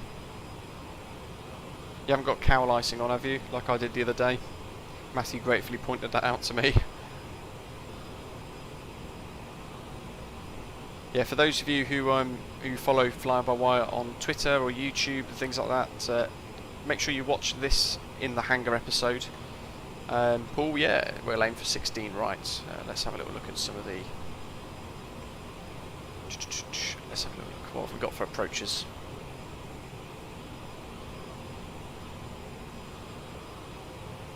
Let me bring this up for you guys too on Navigraph so you can see what's going on. Doink. There we go. So 16 rights there. Makes sense as well because it's going to be the closest to the airport for us. And we can park on one of these concourses, A, B or C. Can't remember which one British Airways used to park at, but I remember it used to take about 40 minutes just to get to the arrivals hall at Denver. It walked forever.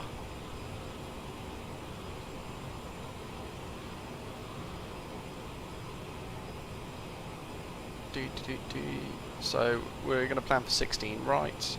Approaches ILS, we'll go for that as well, and we're going to want to come in via KIAH, TSHNR, that will stand for something, I just don't know what, and KIPA, one of those three options. So what stars have we got? This is where Navigraph comes in really handy, because we can approach.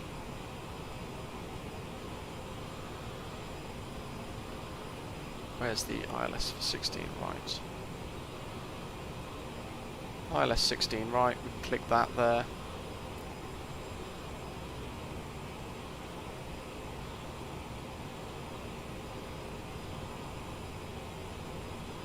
There's our route. So actually, we want to transition via KIAH by the looks of it.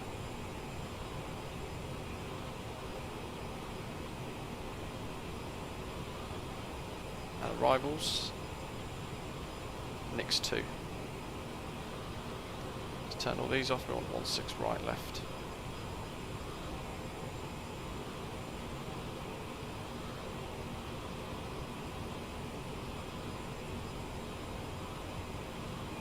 Interesting.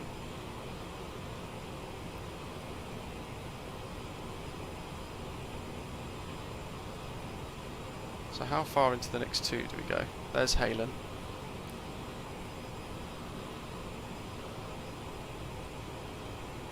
So on the next two, I wonder if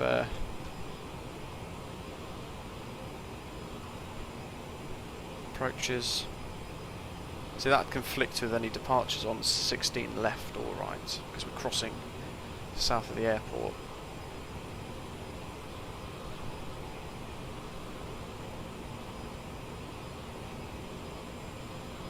So I'm tempted to come in via Kipper.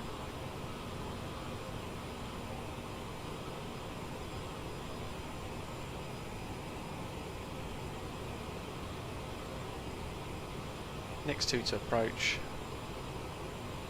from next two. ILS 16 right. Transitions via Kipper.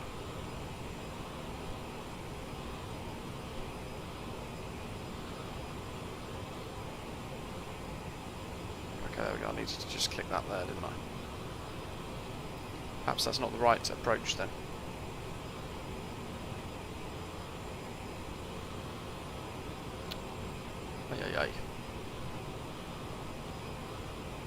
Yeah, so we're just going to have to go with that. Kipper 2 via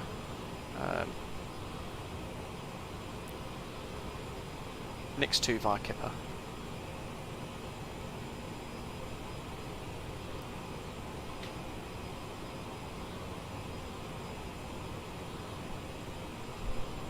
Philip, you planned for that, good.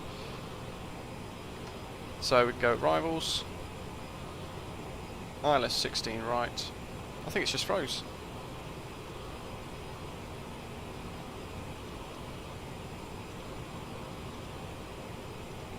Oh man, the MCDU's just crashed on me. Again.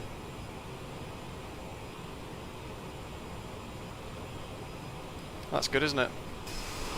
Let's enjoy the views. We're going to have to, I guess we're just going to have to wing it. We're going to get to HALEN and we're going to have nothing by way of arrivals. Leo, good morning.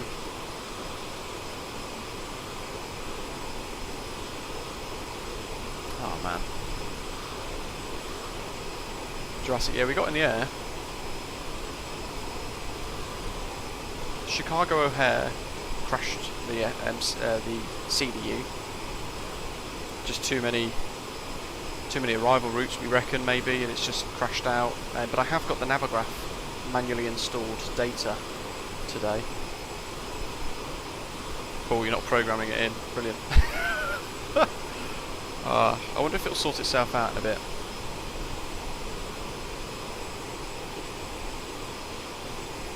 Yeah, Matthew, sorry. Everything does. Everything else works. Switches in the flight deck.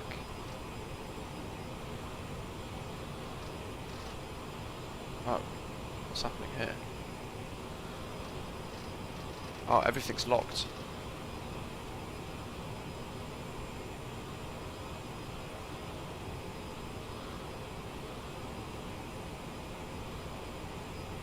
Absolutely everything's froze up on me.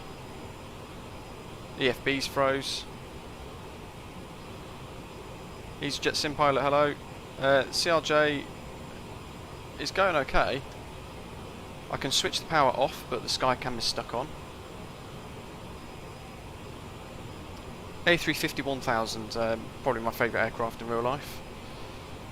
Oh man, I wonder if I can... I can't even change altitude.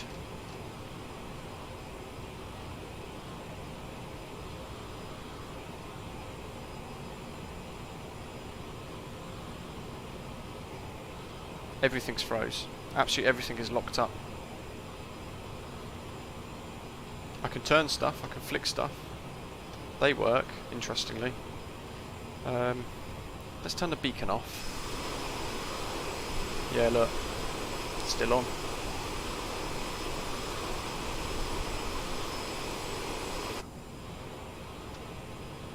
It's a sim bug. Try open the ATC window and close it again. I think you're referencing a different bug. No, it's the whole CRJ. The whole CRJ is locked up. Oh well, we'll just have to wait. How far have we got? An hour to go. So it's got an hour to fix itself.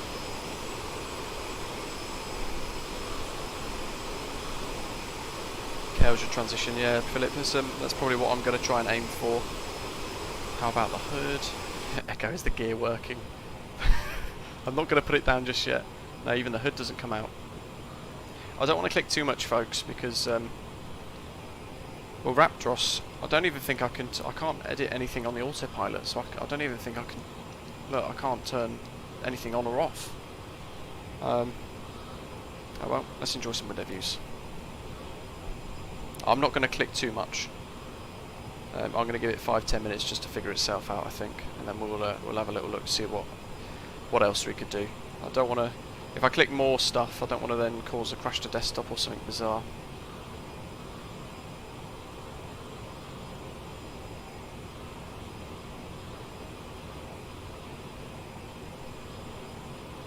This is where you kind of wish Aerosoft had a Discord server with some support.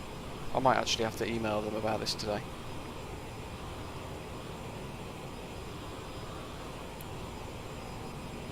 Support service, contact.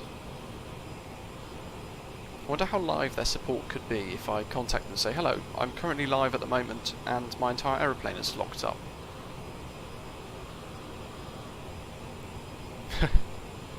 I wonder if they're gonna... Yeah, I'm gonna do that. I wonder if they're gonna pop in.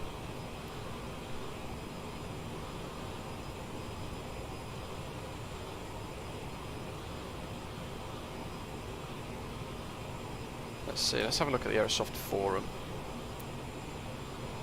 Matthew T, hello, you're back. How's the plane treating me? Everything was going very well, but now I don't know how fast I'm going.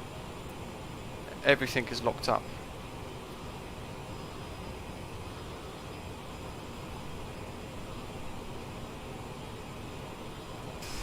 Oops, wrong button. Wrong button again.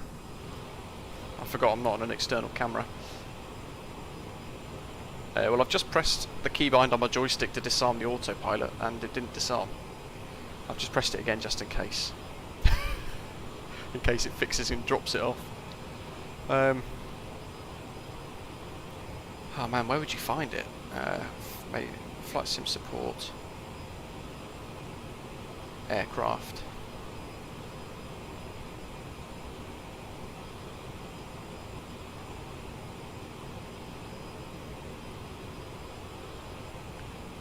Felix Brown was working, now nothing is working.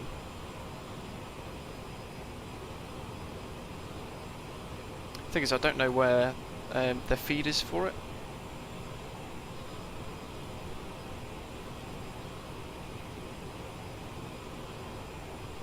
Display's frozen, nothing seems to work, but switches still move and aircraft keeps flying. That's going to be it. Microsoft Flight Simulator's WebAssembly sandbox is able to deal with certain errors that would ordinarily cause a crash to desktop in other simulations, but these errors will lead to a termination of the program that simulates the aircraft. If this happens, you will notice that all of the animations will still work and the aircraft keeps flying, but all the displays will appear to be frozen, and any mouse clicks in the cockpit won't do anything. If you've ran across any such error, you can open the console window in the dev menu, and enter WASM into the text filter. If you see a white line telling you about an exception, mostly illegal instruction or memory access error or null pointer, then this has happened. But there's no fix. To be able to fix it, we need to know what the last thing you did before the error occurred. That said, at this point before release, we're not aware of any such errors, so this post is just in case. That's an awfully specific post to make. To say that it's not a problem, for that to actually be an issue. And everything's locked, so you can't comment on it and go, yep, you know what, it's the same issue. Yeah, Leo, I can't change anything. Even the thrust. Cirrus, nice.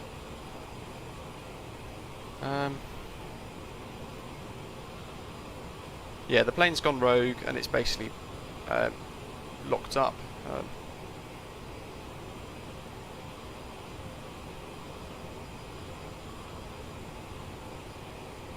Create a ticket, I guess. Bear with me, guys. I'm gonna have to get back to the live chat shortly.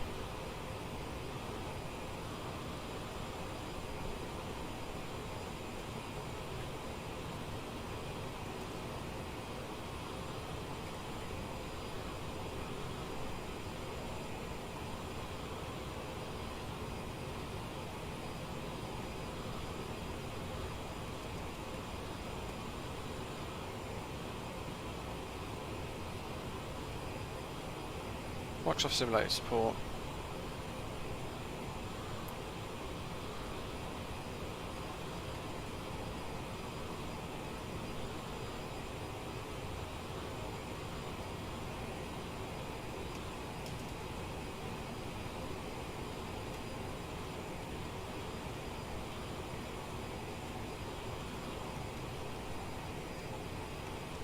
I'm not sure how to word this.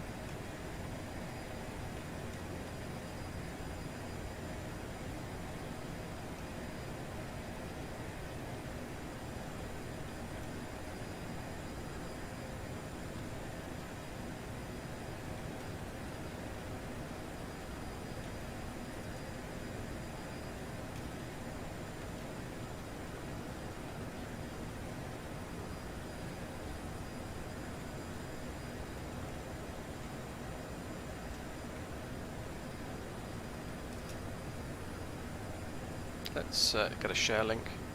I'm just finishing this quickly. Echo, you're asking, do I still use Unreal Weather or do I use Flight Sim's Live Weather Engine? I still just use I use the normal Microsoft Flight Simulator Live Weather now. Submit. My ticket is being created.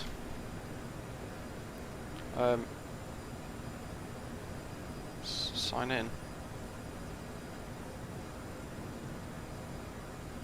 Alright, create a ticket.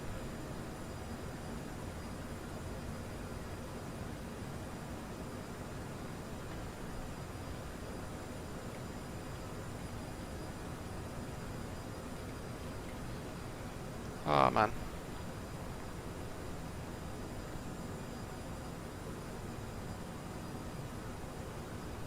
What do I go and do? I send it on the wrong email. Oh well. Hopefully they'll reply to it anyway. They can make, you know, put 2 and 2 together, can't they? He says. So I'm now going to have to. Wow. What's going on here?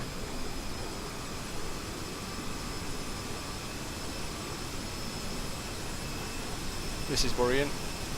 I don't even think we're going to make it, you know.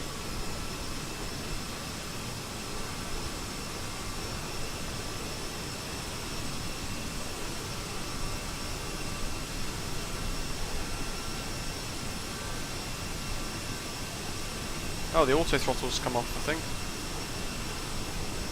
Right, bear with me guys, I need to work out what on earth is going on here.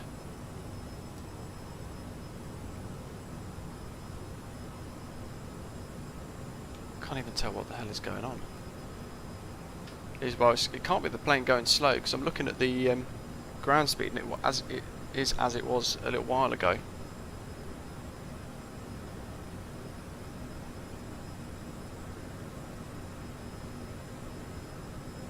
I'm actually flying it with the stick now, holding the stick and trying to keep it level.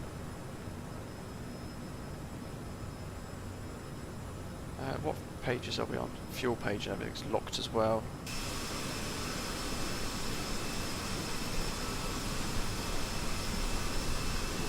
I think the aeroplane's just in the mode where it's going to kill itself, because I've actually pushed the throttle right to the front now to like toga. That's not responding. And you can see we're sort of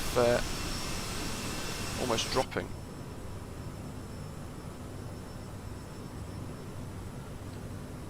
Yeah, I think the aeroplane's just put itself in active pause almost, hasn't it? Wow, this is a very frustrating bug that we've just encountered. What on earth is going on here?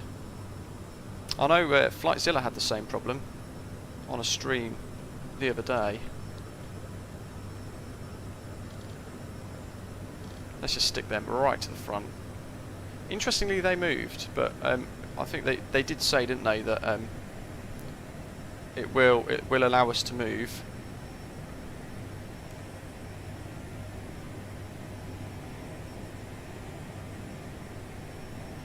I'm just trying to look at the live chat so I can work out our altitude. 36,000 and dropping.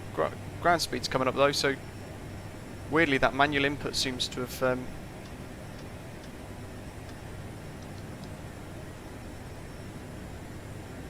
itself back in again. What does Volanta say? Yeah, we're completely off track now as well. Because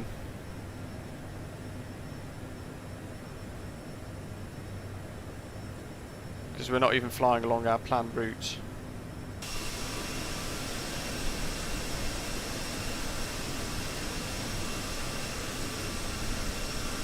I'm actually flying this manually now. Let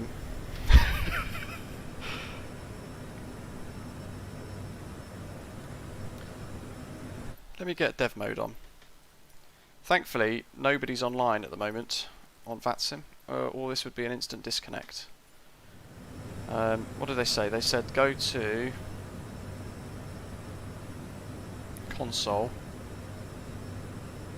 Arming next waypoint, error, exception, engage,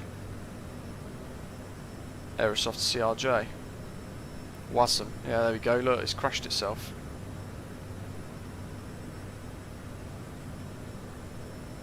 But how do you, like, there's no way to reload it. One thing I can do, and this, I don't know if this is going to be stupid, but I reckon I could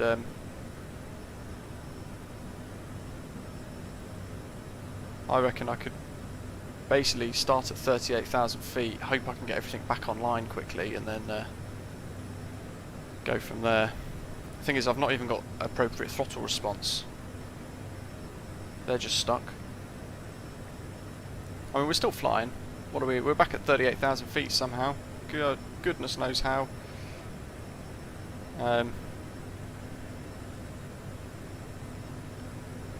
Yeah, aviate, navigate, communicate, I guess.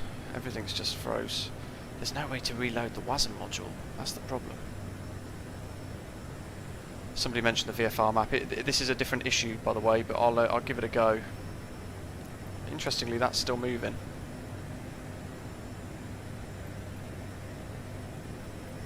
Might need that to help navigate. Ay, ay, ay. Whoa, hello.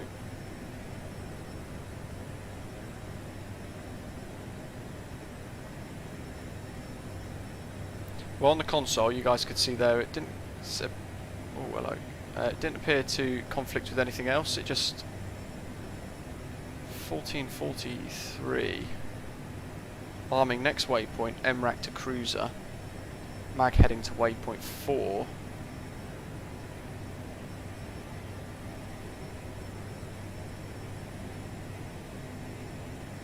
Arming next waypoint. Model behaviours XML.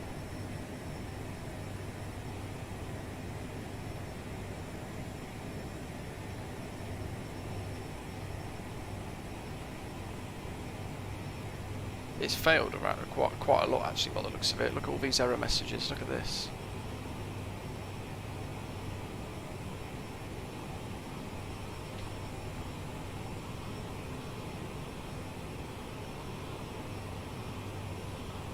That was when we respawned and reloaded.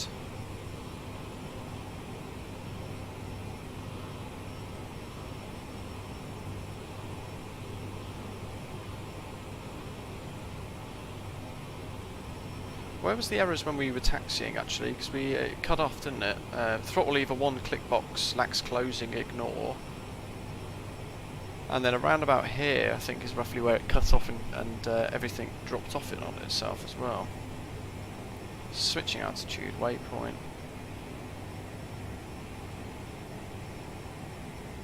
And then we're airborne. That's the problem there, but we can't reload the WASM.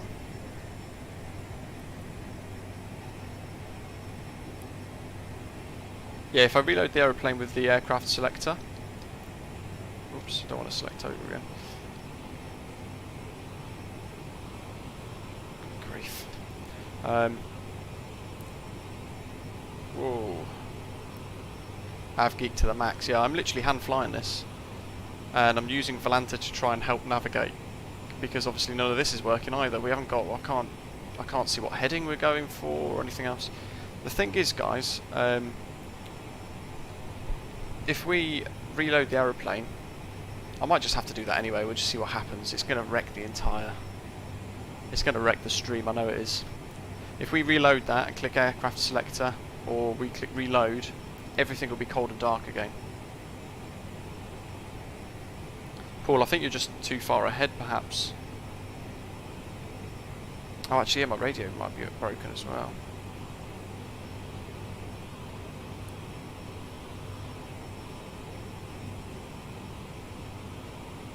Mats, no, I'm hand flying at the moment.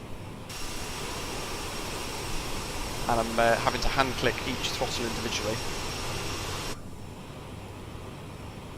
So basically it's just crashed itself and then just, it's killed every process.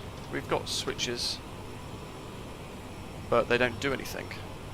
Yeah, payware.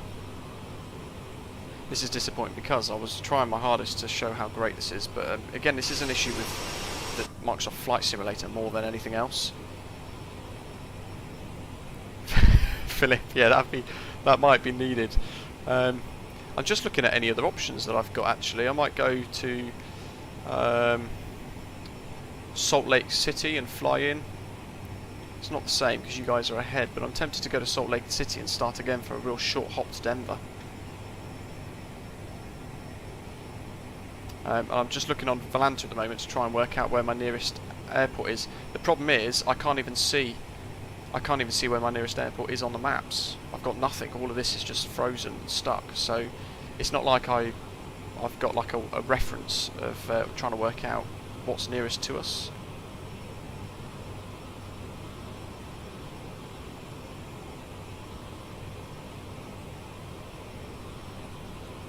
Remind me what active pause is again, what button it is.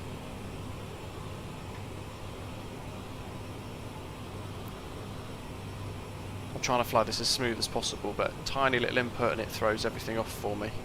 And yeah, the switches and things still work, but it's the actual systems, the displays that have broken. I'm trying to think what active pause is. Is it the pause/brake button on the keyboard? And you can see I'm climbing to about 41,000. I'm trying to give us more height because I'm going to refresh the aeroplane in a minute and just see what happens. Reload aircraft. I will be. I'm just trying to get a bit higher.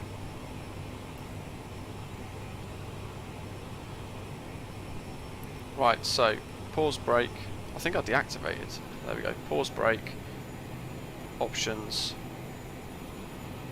Project editor. New project. Aircraft editor. Is it resync?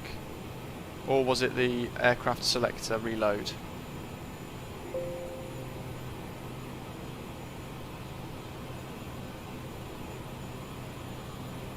Or was it this one?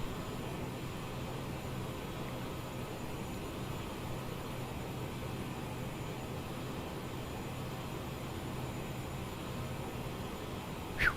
Here we go. This is going to be an absolute mess, guys. So I'm going to have to apologise because it's kind of ruining the stream. I didn't want to do this. I'm assuming we're still on active pause.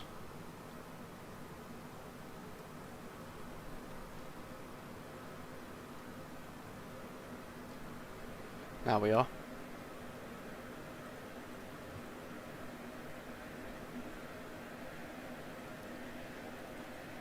Ready for taxi.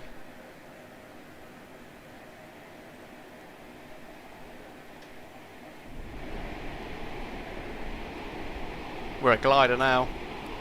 Ghibli glider.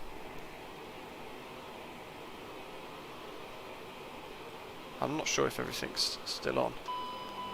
Maybe I can do this in active pause mode.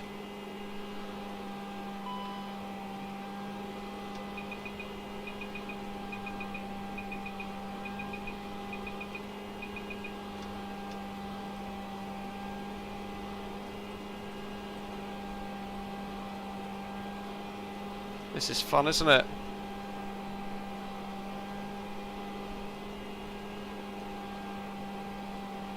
CRJ glider.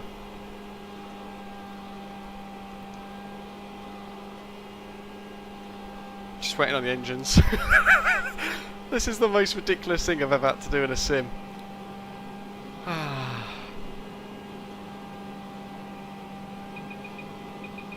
Thank goodness I departed last, otherwise the guys would have shot straight past me. Okay, we're rocking. Cabin altitude, pressure failure. Yeah, baby. So she's back. Let's get them back to. We'll get them on to middle so far. Hydraulics need to all be on. Let's put the seatbelt signs on. We're gonna need those. Boost pumps should be on.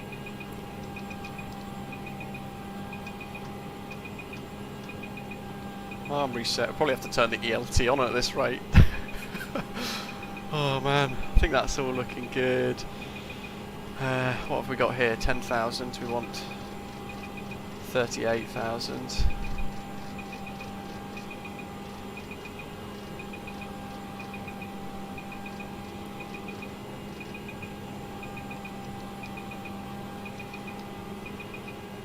Cabin altitude needs to pressurise as well.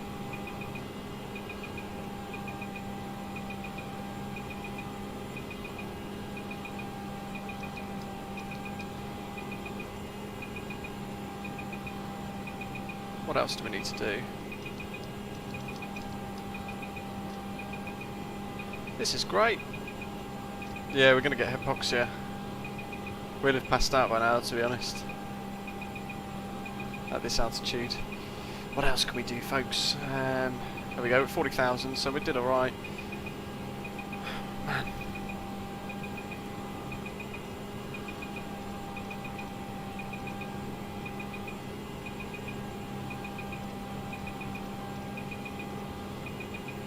KDEN. We got gear up. I'm not really sure what to put it down now. ENY.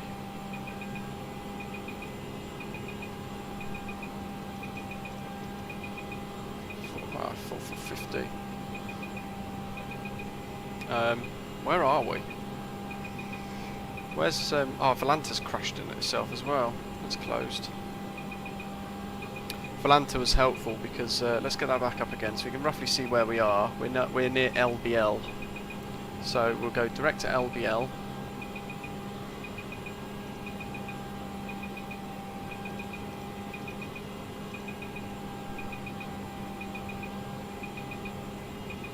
Actually, we will do ADM. That was the last waypoint. Direct to ADM. Not allowed. Of course it's not. Cancel modifications. KIAH.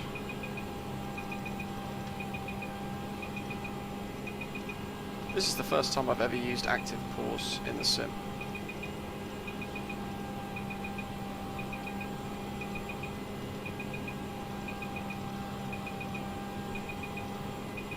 Oh, I've done it again. It's that box. We want ADM, then direct to LBL. I don't know, have we passed Danks? Yeah, we have passed Danks. So if I put Danks, and now I put LBL,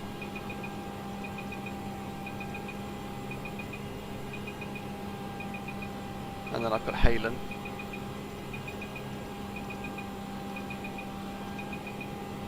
let's execute that. So we've not done too badly, look, the route's there. We want to go direct to LBL now, so let's do direct LBL, execute.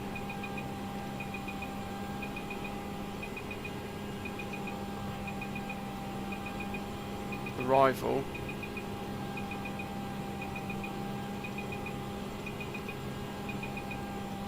One 6 right.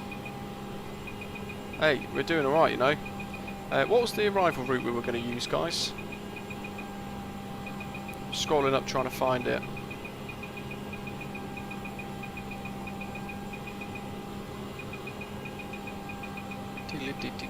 Where is it? Peter, I think you mentioned it.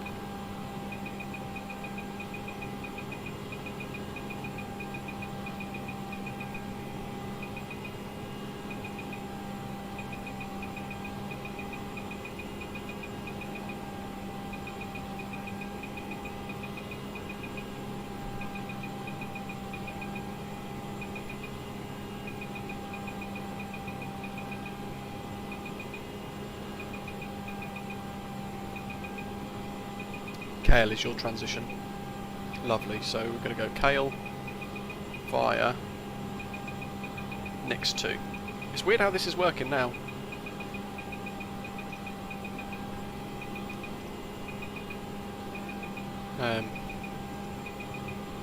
Flight level 380.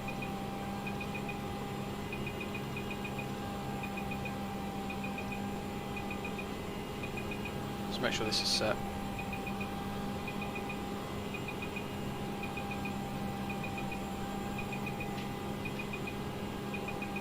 Might as well set with our things there just in case, landing speeds.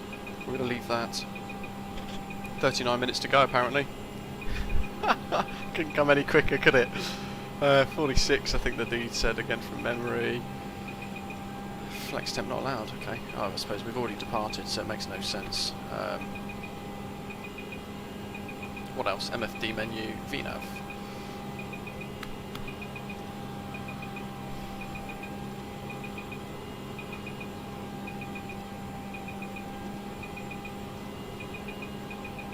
Maybe it had too many discontinuities on the route.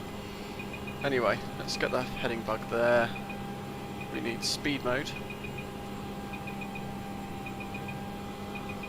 And we need nav mode. And we need auto. I think we're going to be, we're ready to go, guys. Wish me luck. QNH is all set. 1228.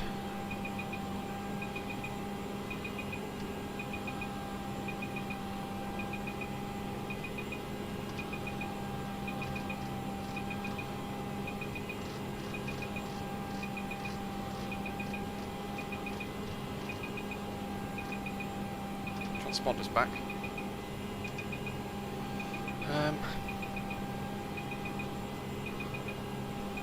Rock and roll. let's unpause. 3, 2, 1. Go. So autopilot's not working anymore.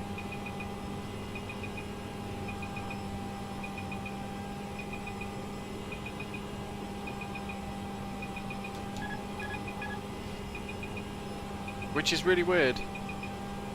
And we've got a hideous noise.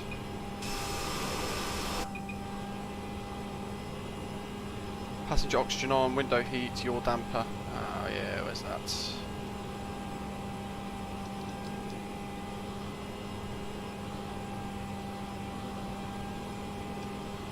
I just don't understand why that's reset itself. So we've got passenger oxygen on and cabin altitude's too high.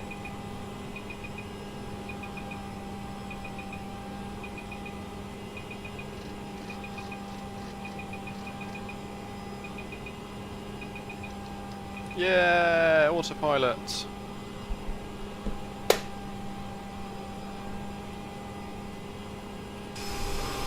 I'm not sure what the noise is.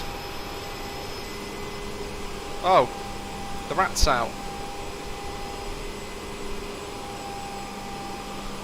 Well, that's clever.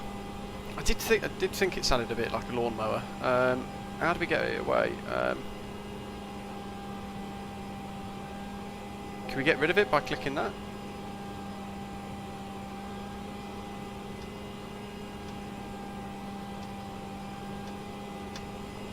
I'm sure it was that. Even upset the dog. Be quiet, we're flying again. If there's a command to cabin altitude warning high, that's coming down. We can't do anything better about that, really, to be fair.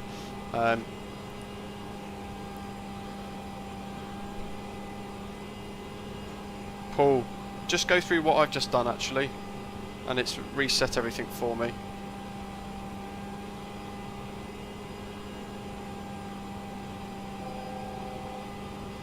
Matthew, yeah. There's no way to get the ADG back out until we've landed, though, from memory. Oh yeah, as Bobby Fuzzy's just said. So you're in for the lawnmower noise for the remainder today.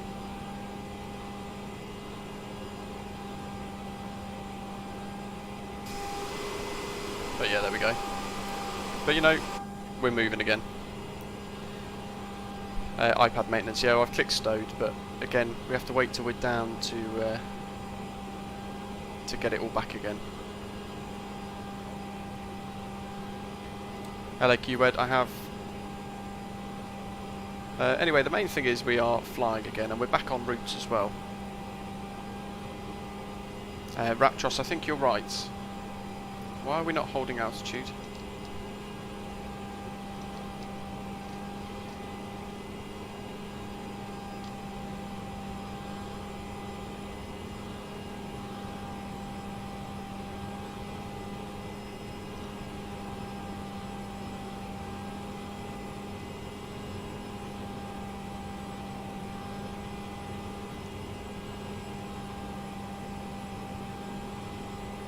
Matthew, hello. Nice. Yeah, commentator ADG, yep. It's out.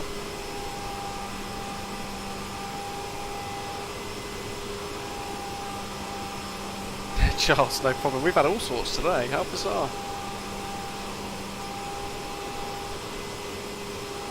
You know what? We've got it all working again, I guess, so we don't need to divert. We're all on oxygen. Let's see if we can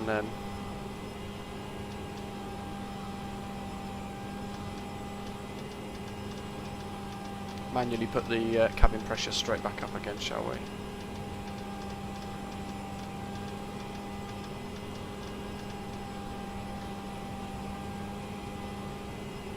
Landing elevations reset itself as well.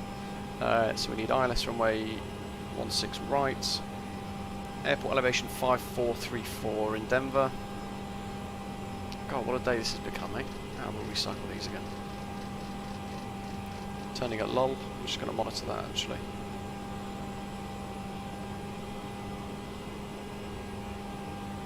Commentator, yeah, it's ADG, Air Driven Generator, I think it's called. Matthew. That's such an American pilot thing to do. Do you reckon, what altitude do you reckon you could hear it from the ground at then?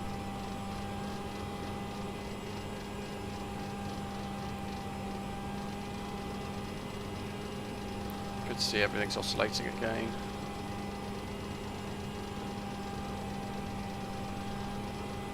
Let's just make sure we're getting slowly back to 38,000, but it's not wanting to go back up there, is it?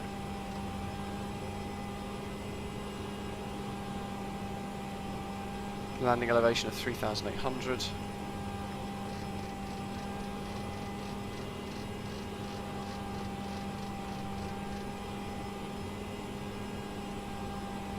Five, 4, 3, 4.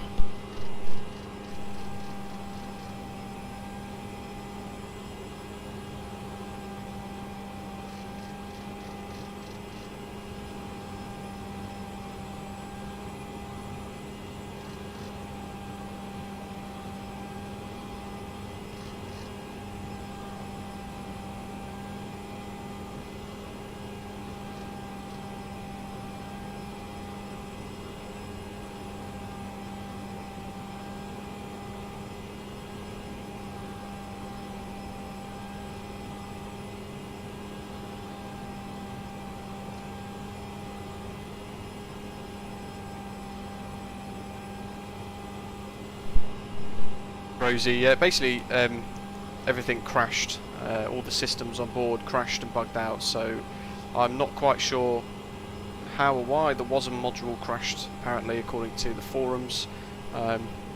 So we did active pause and did everything else from scratch within active pause, so we're back up, we're moving and we're en route again, of course, which is all good. And we've passed Lowell now, so we're actually on our way into Denver, but we are quite a way behind the other guys ahead of us.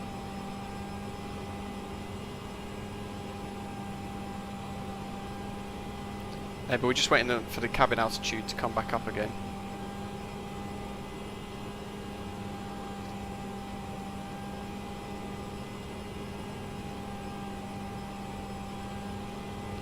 I wonder if I can speed this up. I wonder what this does. Manual.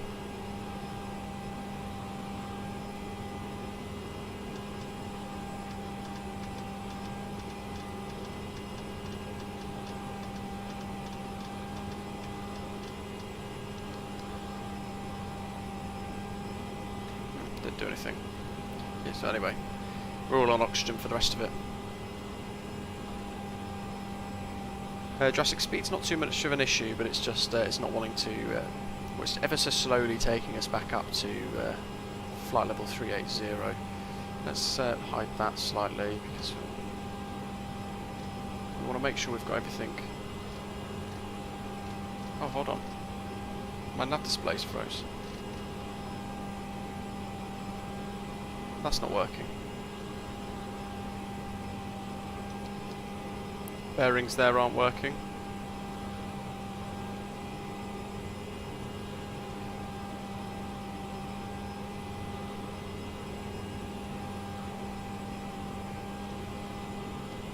Question is 111.9.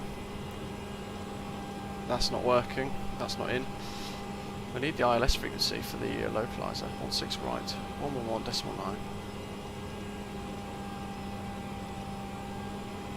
What else do we need? I think that's kind of it. Everything else is RNAV. Yeah.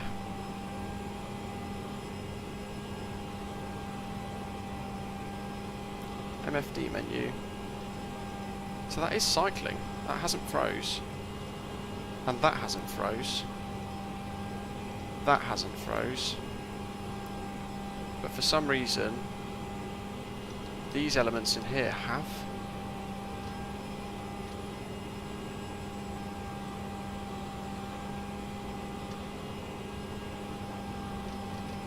Yeah, barometric pressure. I can't change that.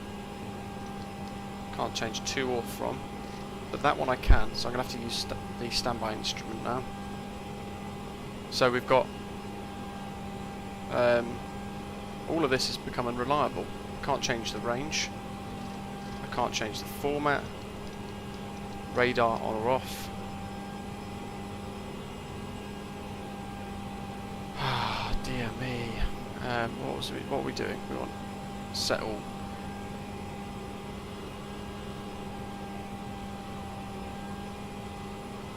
William, good afternoon. Bats.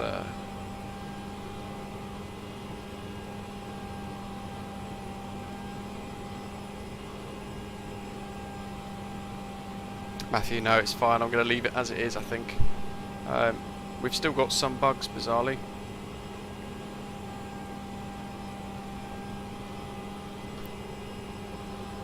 So we're going to have to use local pressure using the standby instrument for our descent. Good grief, we're absolutely pushing it now. Let's recenter the heading bug. This is still working though, so I don't understand why suddenly I can't get bearings and changing the nav source.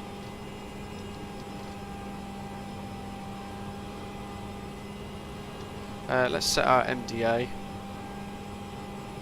Yeah, Ian. Yeah, it is getting close to an Alt F4 and give up. Where are we? What's our decision heights? ILS 5526 or 200 on the rad out. I think 200 will be nicer, won't it? Well, I don't even think it's going to let us put that in. No. So we can't even set a DH. I wonder if this is changing.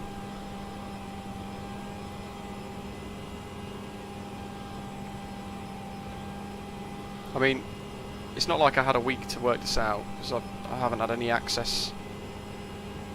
So this is literally the second flight I've ever done. What do we want? V speeds.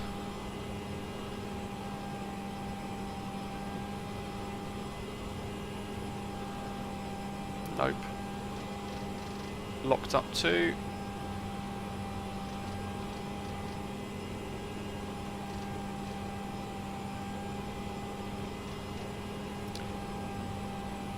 That's annoying. But I should be able to turn that off.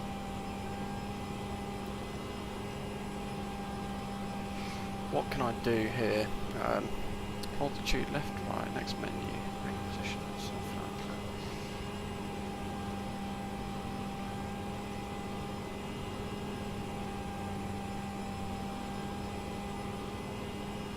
Won't be Flappy Boy, it's because it's not working anymore.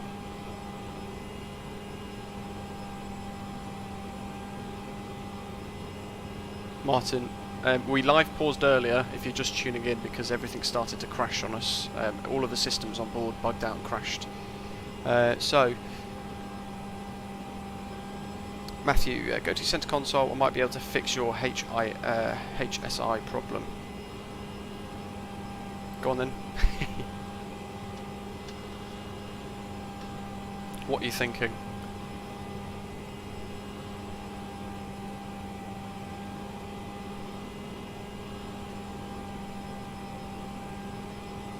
Flight Sim World, upgrade into gold. Welcome. We've had our work cut out for us today, haven't we? Let's make sure as well the ILS for 16 right, 110.9. That's there, that's good. I actually want to hold that as well.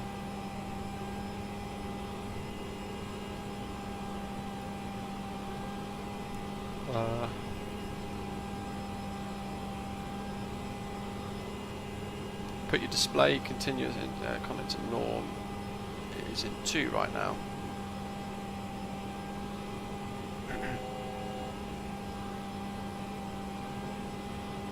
Where are you looking at that? This is literally the second time I've flown this today.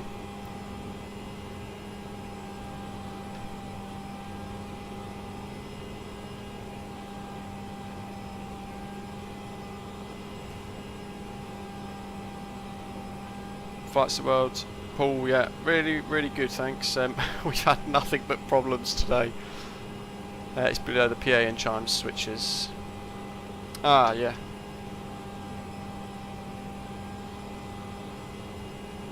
Oh, hello. Oh, look at that. He's done it. Absolute legend.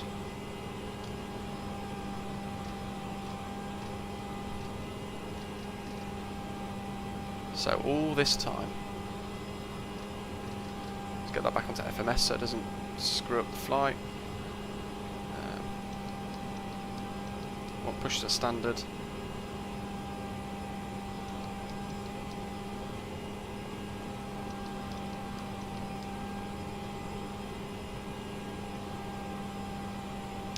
No, it's in one. Yeah, cheers, sorry. I did click that over too much, didn't I?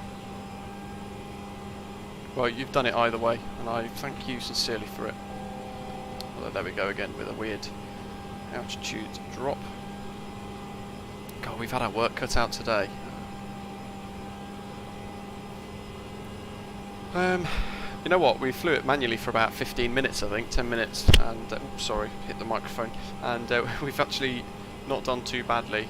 Cabin altitude's still struggling. It's at 24,000 at the moment. What else have we got here? So we've passed HALEN. We need to look at the star, the next star. What are we saying? HALEN down to next flight level 190.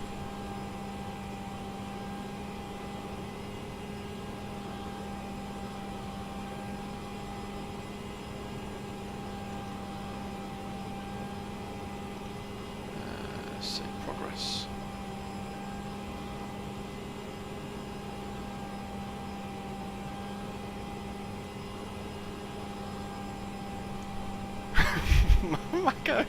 Micro simulations, hello, yeah.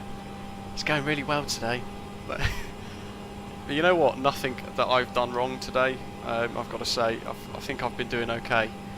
Matthew has been watching from the start, and I don't think anything I've done's wrong. Everything we've encountered today have been known bugs. But you know, Aerosoft are going to be able to read this back. I've actually submitted a ticket with them today, so they'll be able to watch all this back. And if they want to watch 2.5 hours of bugs, I guess,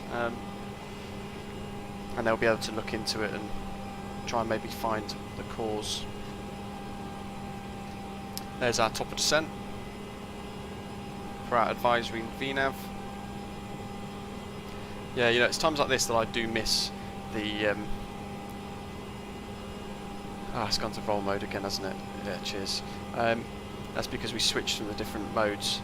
Cheers for that. It does make sure that the Matthew, thank you.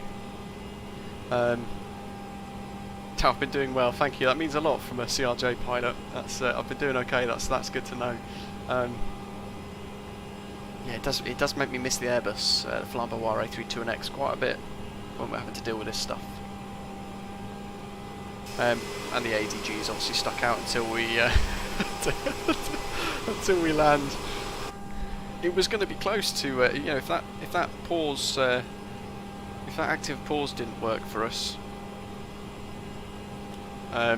we would have ended up going ahead and just sticking the nose down, I think, and hoping for the best. Yeah, Ian. I've actually linked them, I've sent them the link to the live stream, so whenever it pops up they may or may not get it, although I did use the wrong email address, bizarrely. Did I? No, I used the correct one. That's good. I've got a ticket generated, so and I've actually put the link in so they can read and watch this back, I guess, so they'll be able to watch all the live chats. Thanks to those of you who fired up the idea of the active pause and reloading that way, because I wouldn't have thought that. Appreciate that, and that's why we're still flying now. But good grief. Talk about compounding errors, or compounding failures. But hey, back to it.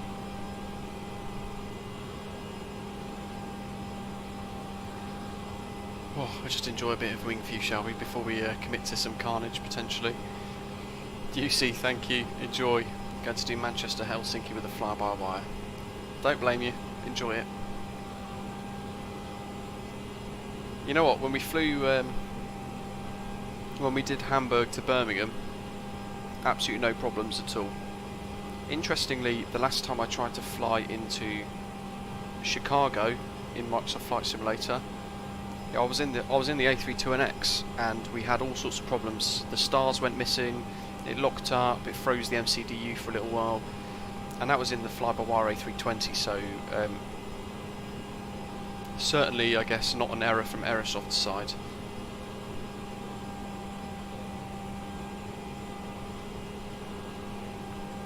Yeah, if you guys want to support the stream, then you can make donations with the Streamlabs link and get your name displayed on the ticker that's flashing at the top of your screen there.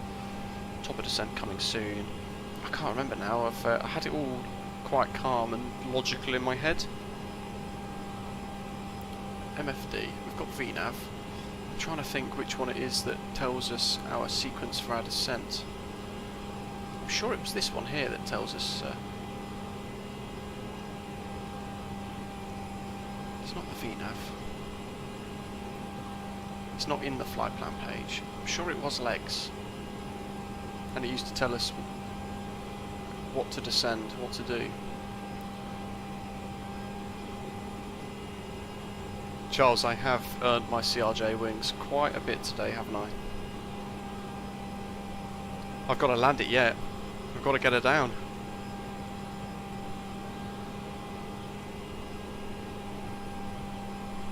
So we have to be at Nix at flight level 190. Interestingly, it's crashed my Sim Connect too. So Navigraph, I've got no, I can't even put the magenta arrow on my Navigraph anymore.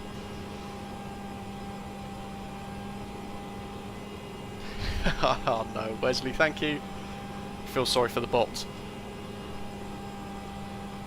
Exo, yeah, you know what, I love the CRJ, but we've had some significant problems today, more so from the bugs with Microsoft Flight Simulator. I will donate.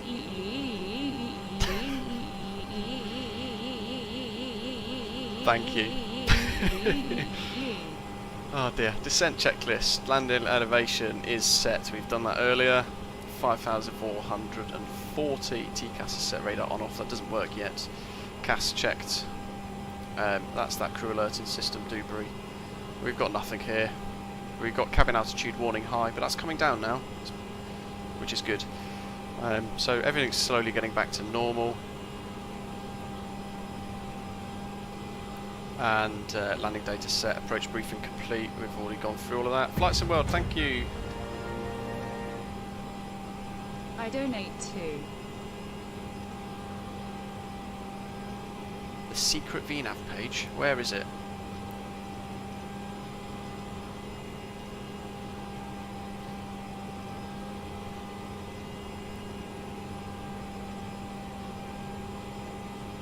Yeah, go on then, let me know. The arrival data's in there for Denver, that's good to know. 3-degree glide slope, that's all correct. And the runway threshold altitude of 5322 is correct as well, actually. Is it direct? Yes, that was it. Direct 2, there we go. Before you answer, Matthew, figured it out. And we've got that cabin altitude warning pop back again as a message. I'd have hit Alt F4, closed my PC and got ready for tipping point by now. Fair play for sticking with it. Good old tipping point. There's our top of descent marker. And what's it telling us? We need to get to Nix, 3,000 foot per minute apparently. And I remember, Matthew, you said we've got to do vertical speed mode. And we're on 3 degrees, wasn't it? Well, that's telling us actually 3.9. I think he'll jump on the band WAAAAR again. What? Let me read that in a second once I've got the aeroplane into a descent nicely. Wesley, don't do that one. Director, yeah, Matthew, thank you. I remember you pointed it out the other day as well, so I really appreciate that. You got love for CRJ, now let's hope MSFS fixes its issue, wowee. Thank you very much. William, thank you for your super chat as well. Flight Sim again for your donation, thank you. Darren, thanks for your donation as well. Love you guys, awesome. We're getting there. And we're in descent. Again. CRJ high P. Oh man. Yeah, remember there's no auto throttle, so we've got to manage the descent ourselves. Our VNAV descent speeds, flight level was 290 or Mach decimal 74, so let's target 273 actually. You know what, let's do 74 and catch up on the other guys. Direct int. What bugs have I encountered, Sklevra? Everything crashed. V0 2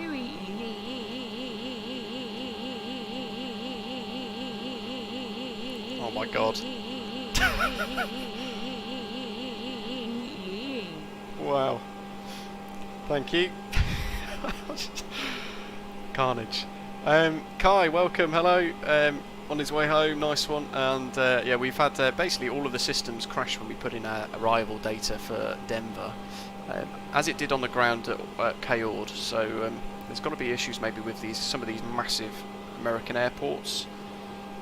Don't forget, no thrust, auto thrust, so we're managing our speed for the descent here. Nix 3.4 it's telling us now. So let's change that. We'll do 3.5. We've still got the ADG stuck out. We can't get rid of that until we're on the ground. And wind, so 170 at 8 knots. Few clouds at 8,000, few at 12,000. Minus 6 degrees, altimeter 3024.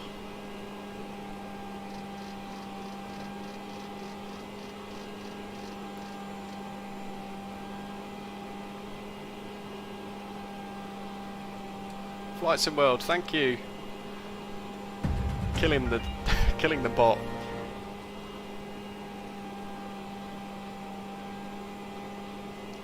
Philip. Well, I think you've actually have killed the bot. It's not even replied.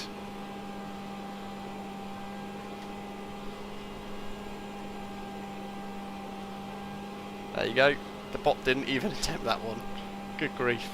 Ian, yeah, maybe I should have a tragic flight every day. We're descending on idle, but yeah, speed's running away a little bit, but I'm just going to leave that for now. That's not too bad for us. What have we set? 15,000 level by iPage, or JPage, sorry. What does the arrival route tell us? JPage 15,000 to 17,000, JPAM down to 13,000, quick. Is that going to be next? Where's it taking us through to? Rapids.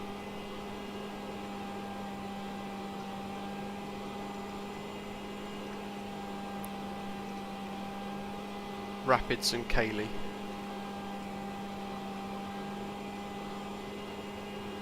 JPage. Routes. There we go. So routes, rapids, RDDVL. Okay, I can see where we're going then. Routes 15,000 to 13,000 feet. Speed restricted at 250 there. Routes, and then at 210 at B books.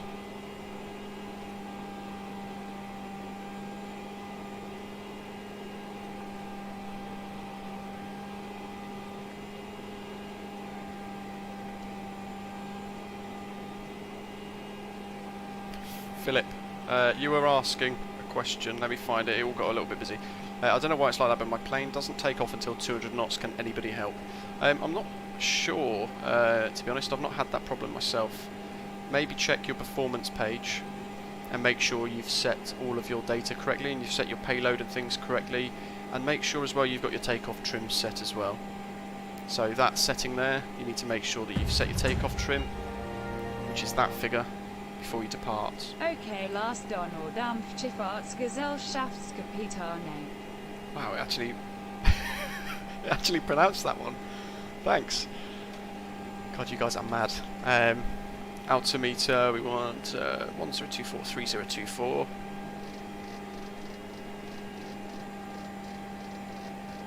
Onto Hagger 3024, that's set, and we want to make sure we've got our landing speed set as well.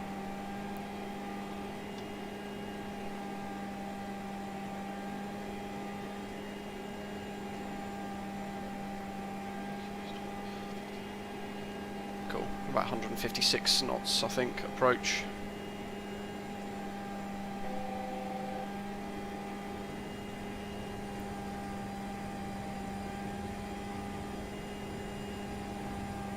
Alt capture. Philip, yeah, it was in my tutorial. Take a little look, hopefully it helps. Thank goodness we have no controllers online. This is why I picked America, to play it safe. Loads of fuel still. You can see our arrival procedure there. Checking the radio page, treble 19. And treble 19, I've got that nav hold as well put in place. Can't remember what that does specifically. Oops. Range, let's drop that in a little bit, shall we? There we go, just level at 15,000 by Hager. Which is good, because that's our set. Well, we're going to hold that at till J page, and then we'll descend down to 13,000. So what are we doing? 30 there. Hagger at 15, 250. Oops. Oh, that's interesting. There we go, that's a bit better. Let's bring that speed down. Sklever, yeah, we do have to. We do control the throttle manually. We are at the moment, actually. However, it's just to give us an idea of what to target. So we can set the speed bug, and we can try and target the altitude properly then for us. Let's make sure that's centered again. Christopher, yeah, the ADG is still out. We can't get that back in again. But hey, you know what? It's great to see that it actually deployed and it's working. We're seeing more out of the model than I expected today.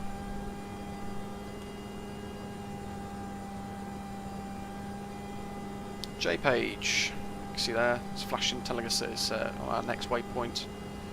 And we're turning. Bit of throttle because we're dropping below our speed target there.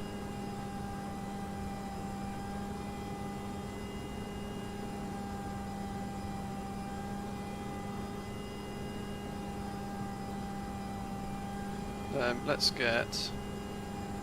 Oh, I think I did put the seatbelt signs on anyway.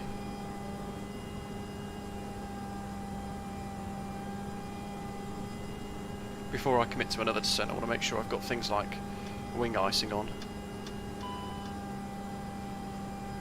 Oh, probe heat should be on. That seems to have reset itself. I'm glad I'm checking all this. Arm on. That's on arm and reset. I think we're good to continue with the descent anyway. We'll be through the cloud next, so if anything's going to go wrong, it will. Passenger oxygen's on, but the cabin altitude's gone back down now to another figure. That's good. Aircraft. Let's restow the passenger oxygen masks. And there goes that warning message.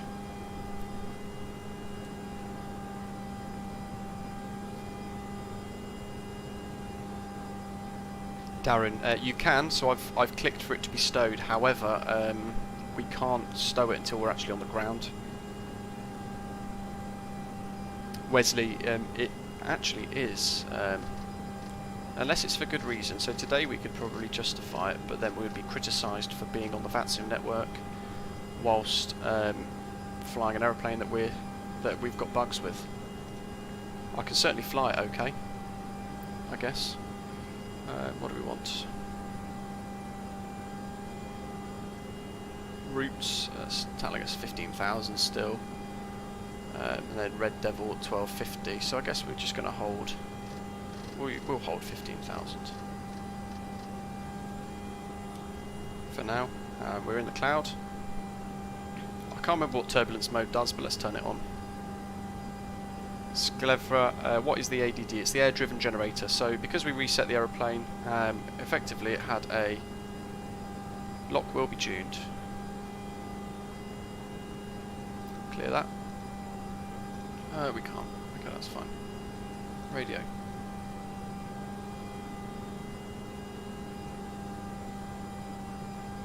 Not quite sure what that means. I can't remember. I guess it's a good sign. Yeah, so basically because we restarted the aeroplane, because everything crashed, all the systems, the VATSIM module, whatever it's called, all crashed on us.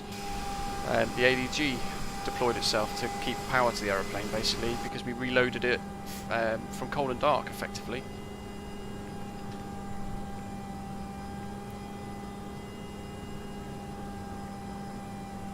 So I'll call upon the Unicom shortly. Hopefully that'll be working still.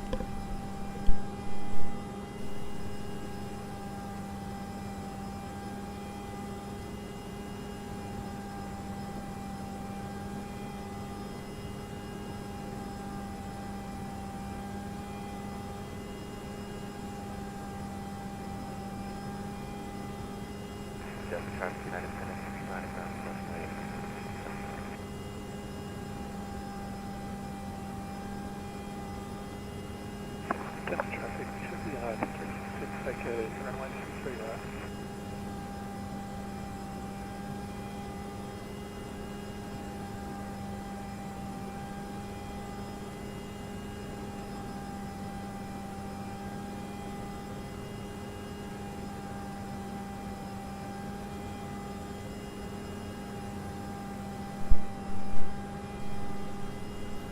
Oh yeah, what do you guys think my landing rate's going to be? Somebody make a note for me, and yeah, we'll see how we go. So the ADD's out, hence this silly noise that's getting a little frustrating. Lock will be tuned is a good sign.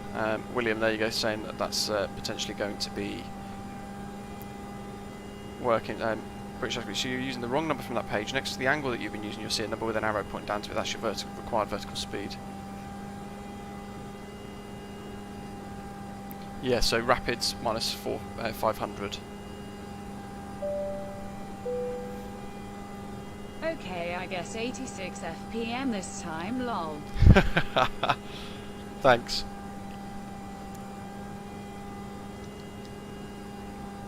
How do you change? So in that case, obviously when we went into vertical speed mode, it gave us a figure. Let's set 13. Check. Delta traffic Vertical speed. 366, crossing runway 33 left. So how do you change that then? Whiskey Charlie, tempo. To show. Because that's saying 0.3 flight path angle. How do you show a specific vertical speed then? Obviously we're aiming for it here. Interestingly, we've got the donut.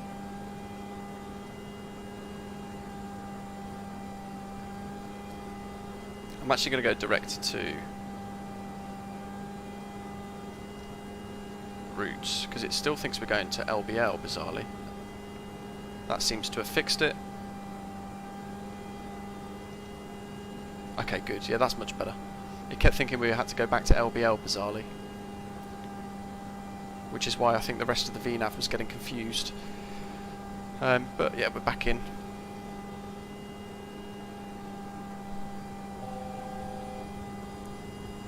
Rapids is next, minus 400 foot per minute.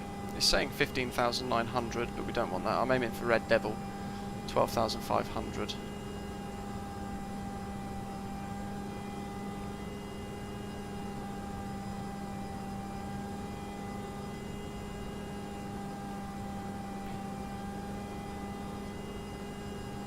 Yeah, I know that. Yeah, that's what I'm looking at. But there's obviously it tells you there the flight path angle.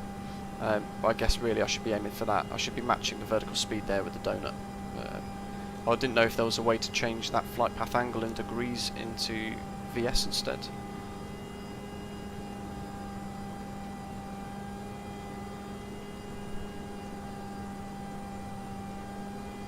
Oh, that's interesting. Christopher, keep the parachute donned for now, just in case. I always thought 1.5 degree there, that was the angle it was telling us for our altitude. Red Devil.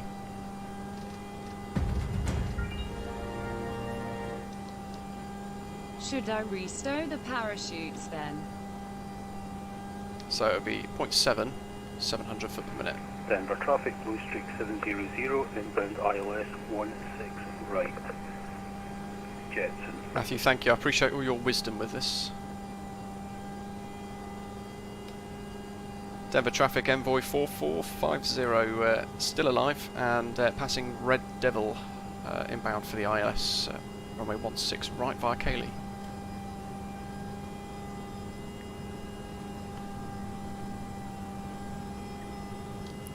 There's a bit of thrust here, shall we? Actually, there's another speed constraint here, I believe. 220. Where are we at? Route Brook at 210.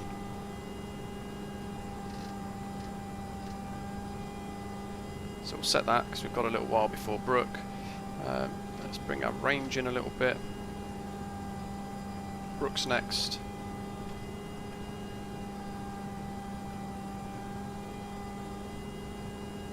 Actually, CLFF actually, and we have to be at 11,000.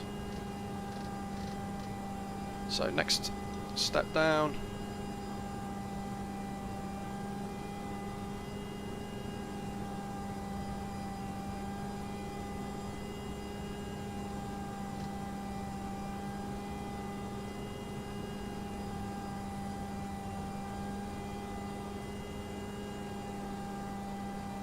And just idle the throttle briefly, just so we can get that speed down to 210. Maybe not idle, because I worry that it's going to flick into shut off.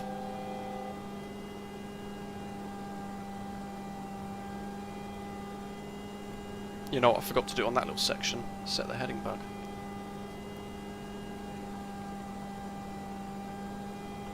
Let's go landing lights. They're all on, and as required.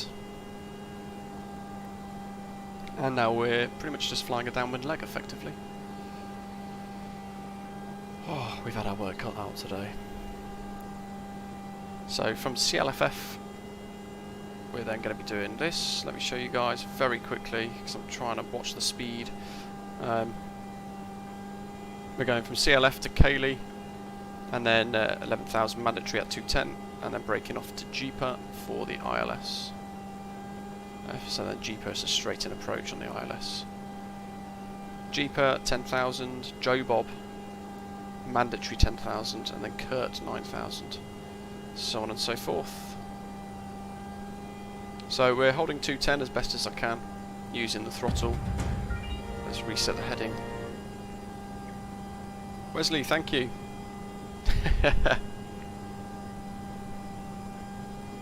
Smashing out the donations today, really appreciate that. KIAH at 11,000 as well, so that's good. The vertical speed for CLFF is really bugging out there, wasn't it? And routes. Not sure what it's thinking we should be doing. In thick cloud, can't see Denver.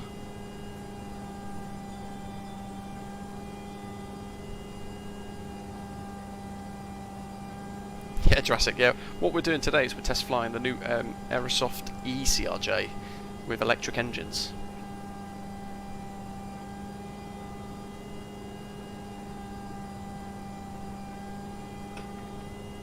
Right, what's next? Before landing, checklist, flight attendants advised. They're broken now anyway, so that's not working. Passenger signs are on. Traffic, Blue Streak 700, Thrust reversers armed. 16 right. A landing gear needs to come down shortly, and slats flaps as required.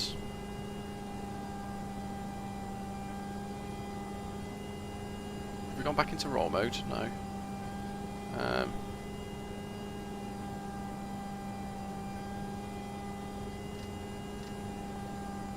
Where's our range? Where's KIAH?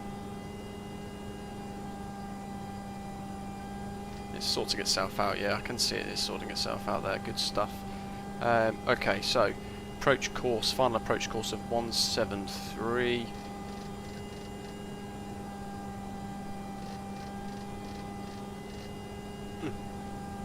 lock will be tuned. So the course seems to be turning itself. I'll see if we can fix that in a minute. Let's turn turbulence mode off.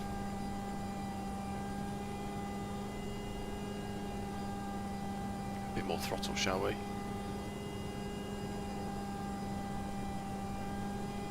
I think we can't do much better than what we're doing at the moment. We want to go direct to KIAH because we've got this vectors thing going on.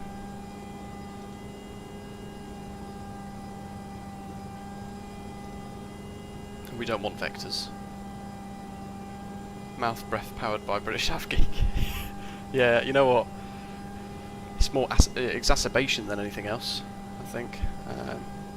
I can't change course actually until... there we go, course.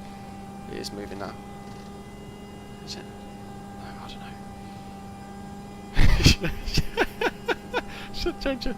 Yeah, should have done. New call sign. Great how to video, great streams. Don't forget to subscribe, guys, and smash that like button. Flight Sim World, Also thank you. X. Thank you very much. Yeah, guys, if you're enjoying today's stream, make sure you hit like. If you haven't done so already, do click subscribe as well. I'm trying to think what else we may have missed here.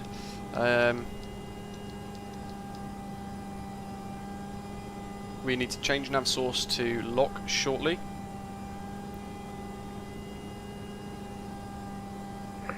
Blue Streak 700, Denver traffic, crossing runway 16 left. Where are you guys parking then? For those of you who are taxiing at the moment.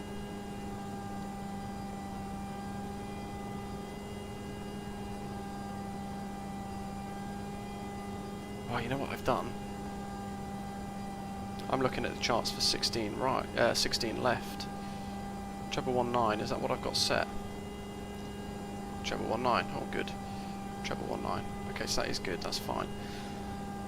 ILS DME 16 right, Shred at 10,000, Sackage at 10,000, Newlyn at 9, Merrin at 8, Jetson for the glide slope at 7,000.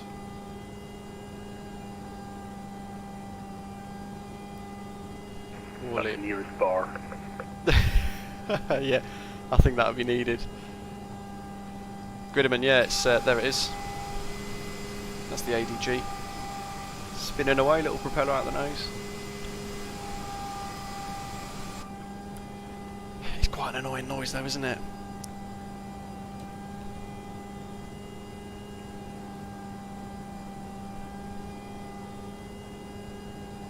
George, that's good to know. Yeah, I think that's maybe what that message meant there.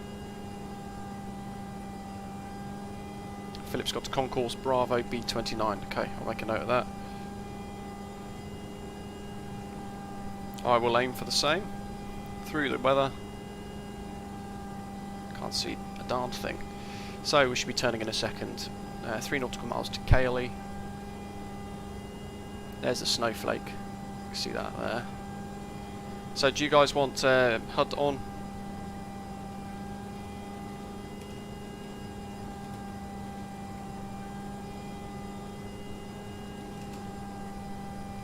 Let me know in the comments.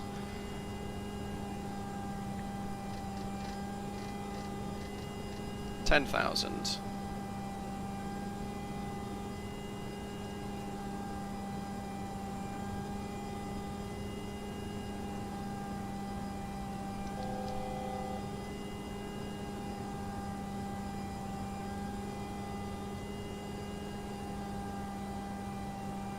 Where are we going? It's tried to get itself straight back on the line.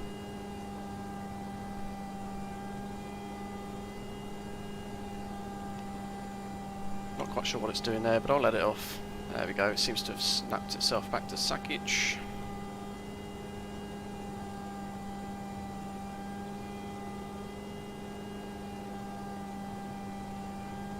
Sackage is mandatory 10,000. Let's bring it down to our target speed of 186.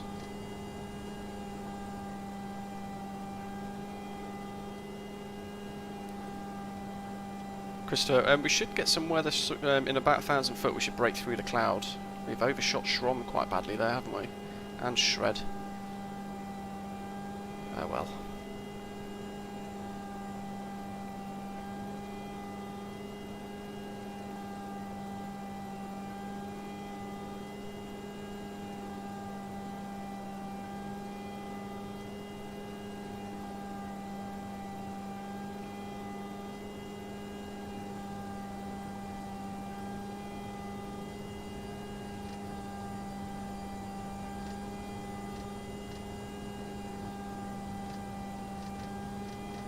Weird.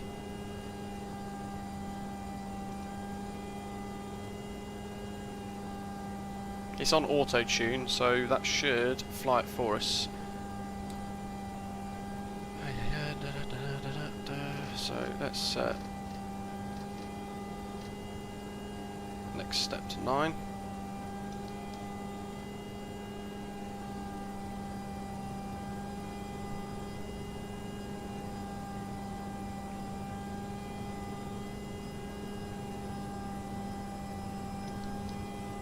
So heading, sync.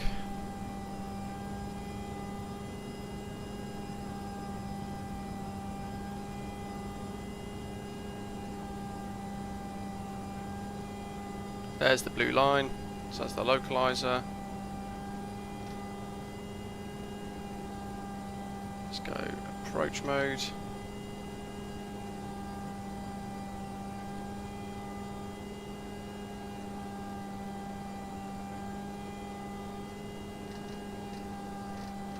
Course was 173. Oops. 173.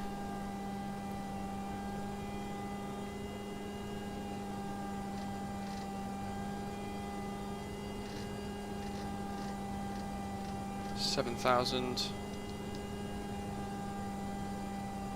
Oh, we're capturing the glide slope. Lovely.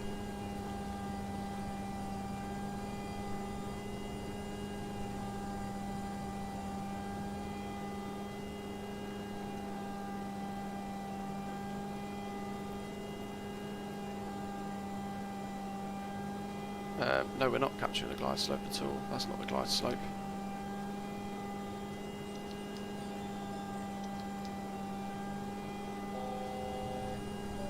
Now it's recaptured the glide slope. I had to turn it off and on again. We are about to land. Please remain seated until we have stopped. Denver traffic's Envoy 4450 established on the ILS runway 16 right.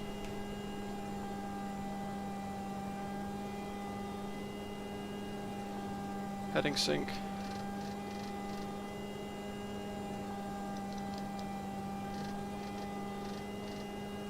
And 12,000.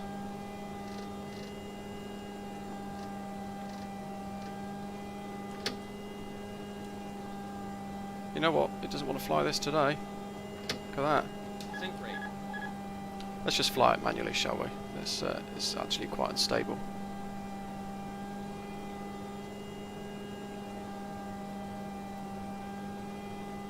Trying to level off, get the speed down a little bit.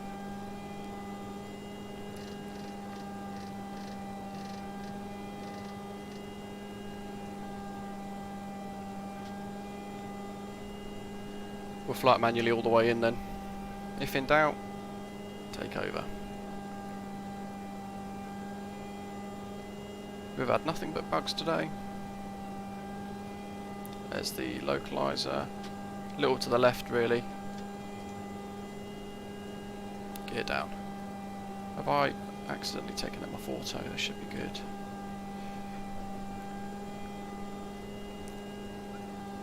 Sync Oops. rate. A tiny little adjustment on my flaps, on my throttle, and it really throws it out.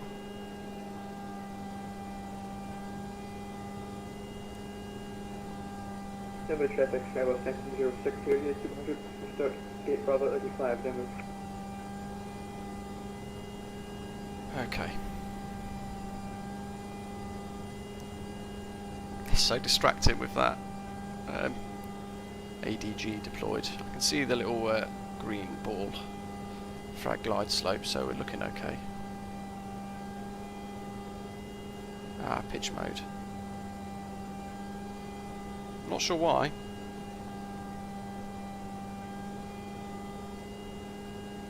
We're just in approach mode.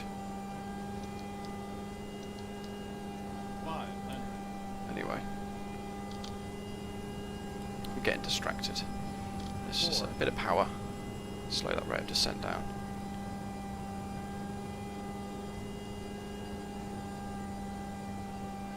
That's better. 300.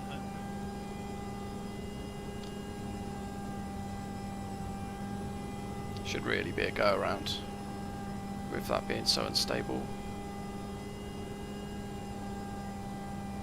200. 100. 50, 40, 30, 20. Oh, I've got another floater. Minimums. Minimums? Oh yeah, the minimums broke, didn't it? Anyway, I've got the keybinds for reverse thrust, so I can show you guys that. Decelerating.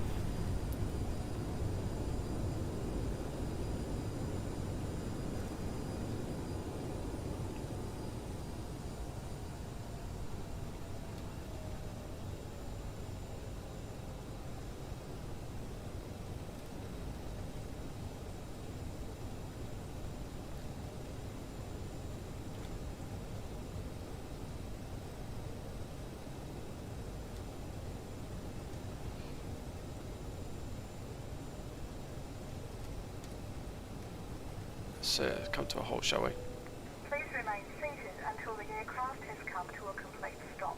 But yeah, thank you. I had minimum set earlier, but it well, I think I was maybe setting it when I was trying to, when it all froze up. Well, I mean, we're alive. Denver traffic, Envoy 4450, vacated at Delta 8, I think Bravo 8. Delta 8.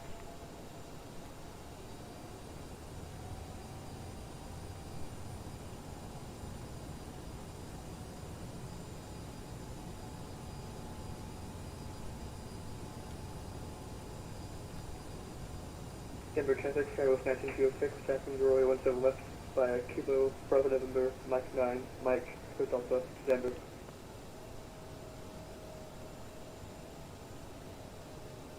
Okay, that's interesting and that's good to know.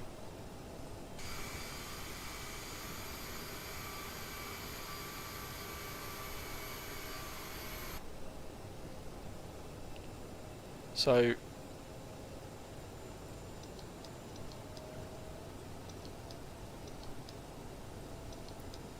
I'm guessing it needs to stay in alt mode as well. Would that be correct? I think we did alright on the landing then. It certainly didn't behave like it did before on the first flight we did the other day.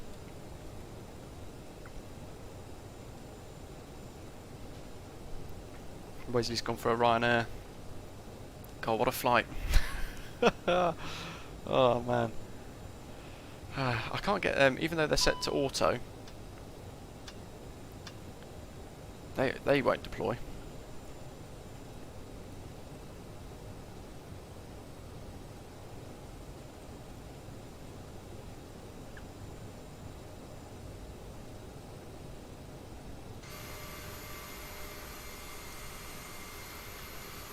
Anyway, we're gonna taxi over to those guys.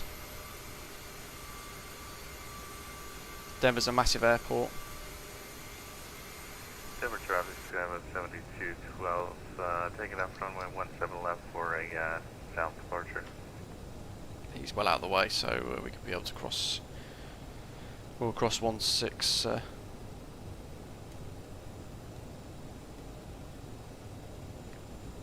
left.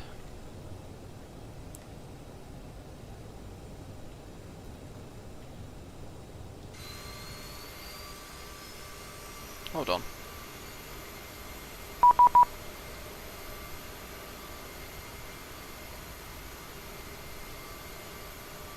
Not even convinced we're going the right way, to be honest. The charts that I'm looking at suggest we've got to go that way. Who knows? Cheers.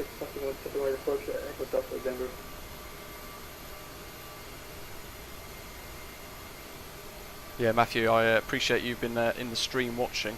It definitely helped today.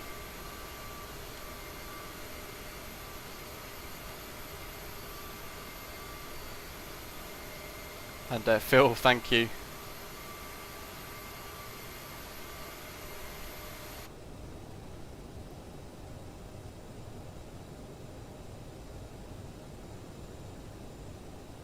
Where are we? Whiskey Bravo and Delta 5. I should be able to find that.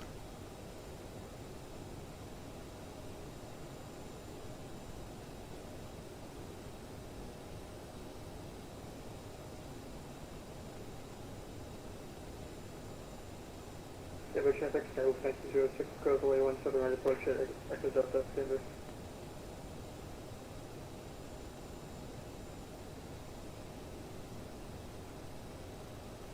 Jurassic, yeah, enjoy. Edinburgh to Jersey. Hopefully less issues than what I've experienced today. APU's fired up, looking good. Aye aye aye. Envoy 4450, just taxi straight ahead, we're on your right. Awesome, thank you. There they are. Appreciate you guys waiting.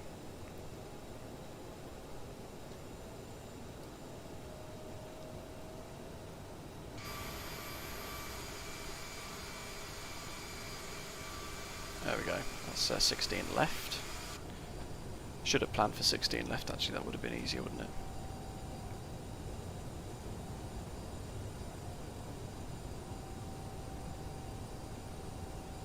I wonder what I did differently there then. I'm sure I had the same flow from the other day. Echo, what are you doing? Is it an event at JFK or is it a flight that you've planned?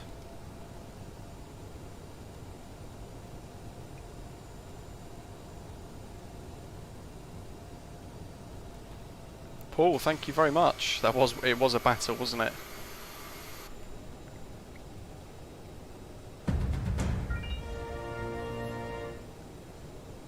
That was well battled through, grin. Oh, it's busy at Denver. I think this is a premium deluxe airport, isn't it? Or Sobo handmade. Paul, appreciate that. We want to go on this line. Skywarp 7212, now clear of 171. Good grief, Matthew, that is worrying. Denver traffic, Skywarp 1906, departing runway 17 left, Northview path departure, Fairmont train division, Denver. Where are we going? We have to go. Oh, we'll go in the middle here, shall we? In between you guys. Ian, yeah, there's some horrific bumps at Shot of Gaulle.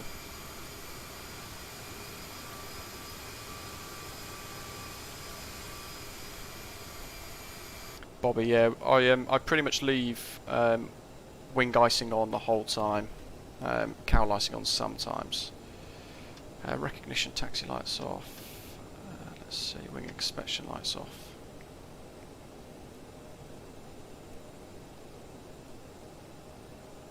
Yeah, finally we made it. What a trip! I think that was almost as stressful as the giveaway. That's the giveaway stream. Good grief! Talk about compounding failures. In the cruise, that couldn't have got any worse. Charles, thank you very much, kind words. Sorry, I did see you put that earlier and I forgot to acknowledge that.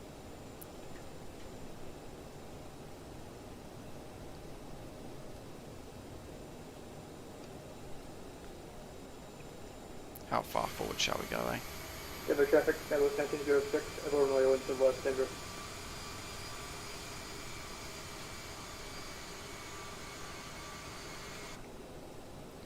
Oh, how I miss the A320. Oh, Bobby, that's not good then. Didn't realise that. Engine stop. Let's do beacon off. And what is my keybind that I've set for custom views for the door? It's Alt 9. So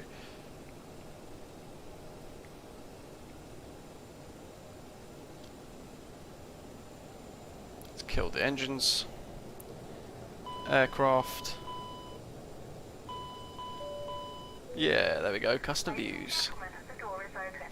Please make your way to the exit and please make sure you have all your personal items and carry-on luggage. So we made it. Where's the other folks? Let's get you all in. Cheers for waiting, I appreciate it. Although somehow I made up time, so I'm quite surprised I managed to get in on time. There we go. So yeah, next flight I'll probably be in the A320neo. Oh yeah, what else? I'm going to be potentially doing an A330 flight. Jurassic, yeah, of course you can. On the side of the doors. I'll be doing an A330 flight, I think, over the next few days. Potentially Dubai to the Maldives. So do watch this space. Yeah, the textures are a bit thing up close, aren't they? I know there was quite a bit of criticism from there. From that, there was the service door as well, wasn't there? But it's a P3D model, isn't it? Let's see, was it service door? Let's get the chocks on as well, shall we? Yeah, Matthew, we made it, and we had absolute carnage. And hopefully, yeah, so they did a bit of texturing on that one, didn't they? I think that's the one that was on the forums. But I don't mind it. It's not stuff I'd really look at too much. Valanta, yes, of course. Cheers. What were we saying then? I can't remember what people were saying. I think Matt's guessed the foot per minute from the other day. Valanta. God, what a flight that was. Minus 126 foot per minute. That's not bad, is it? Although it's 1.64 G, which is kind of hard.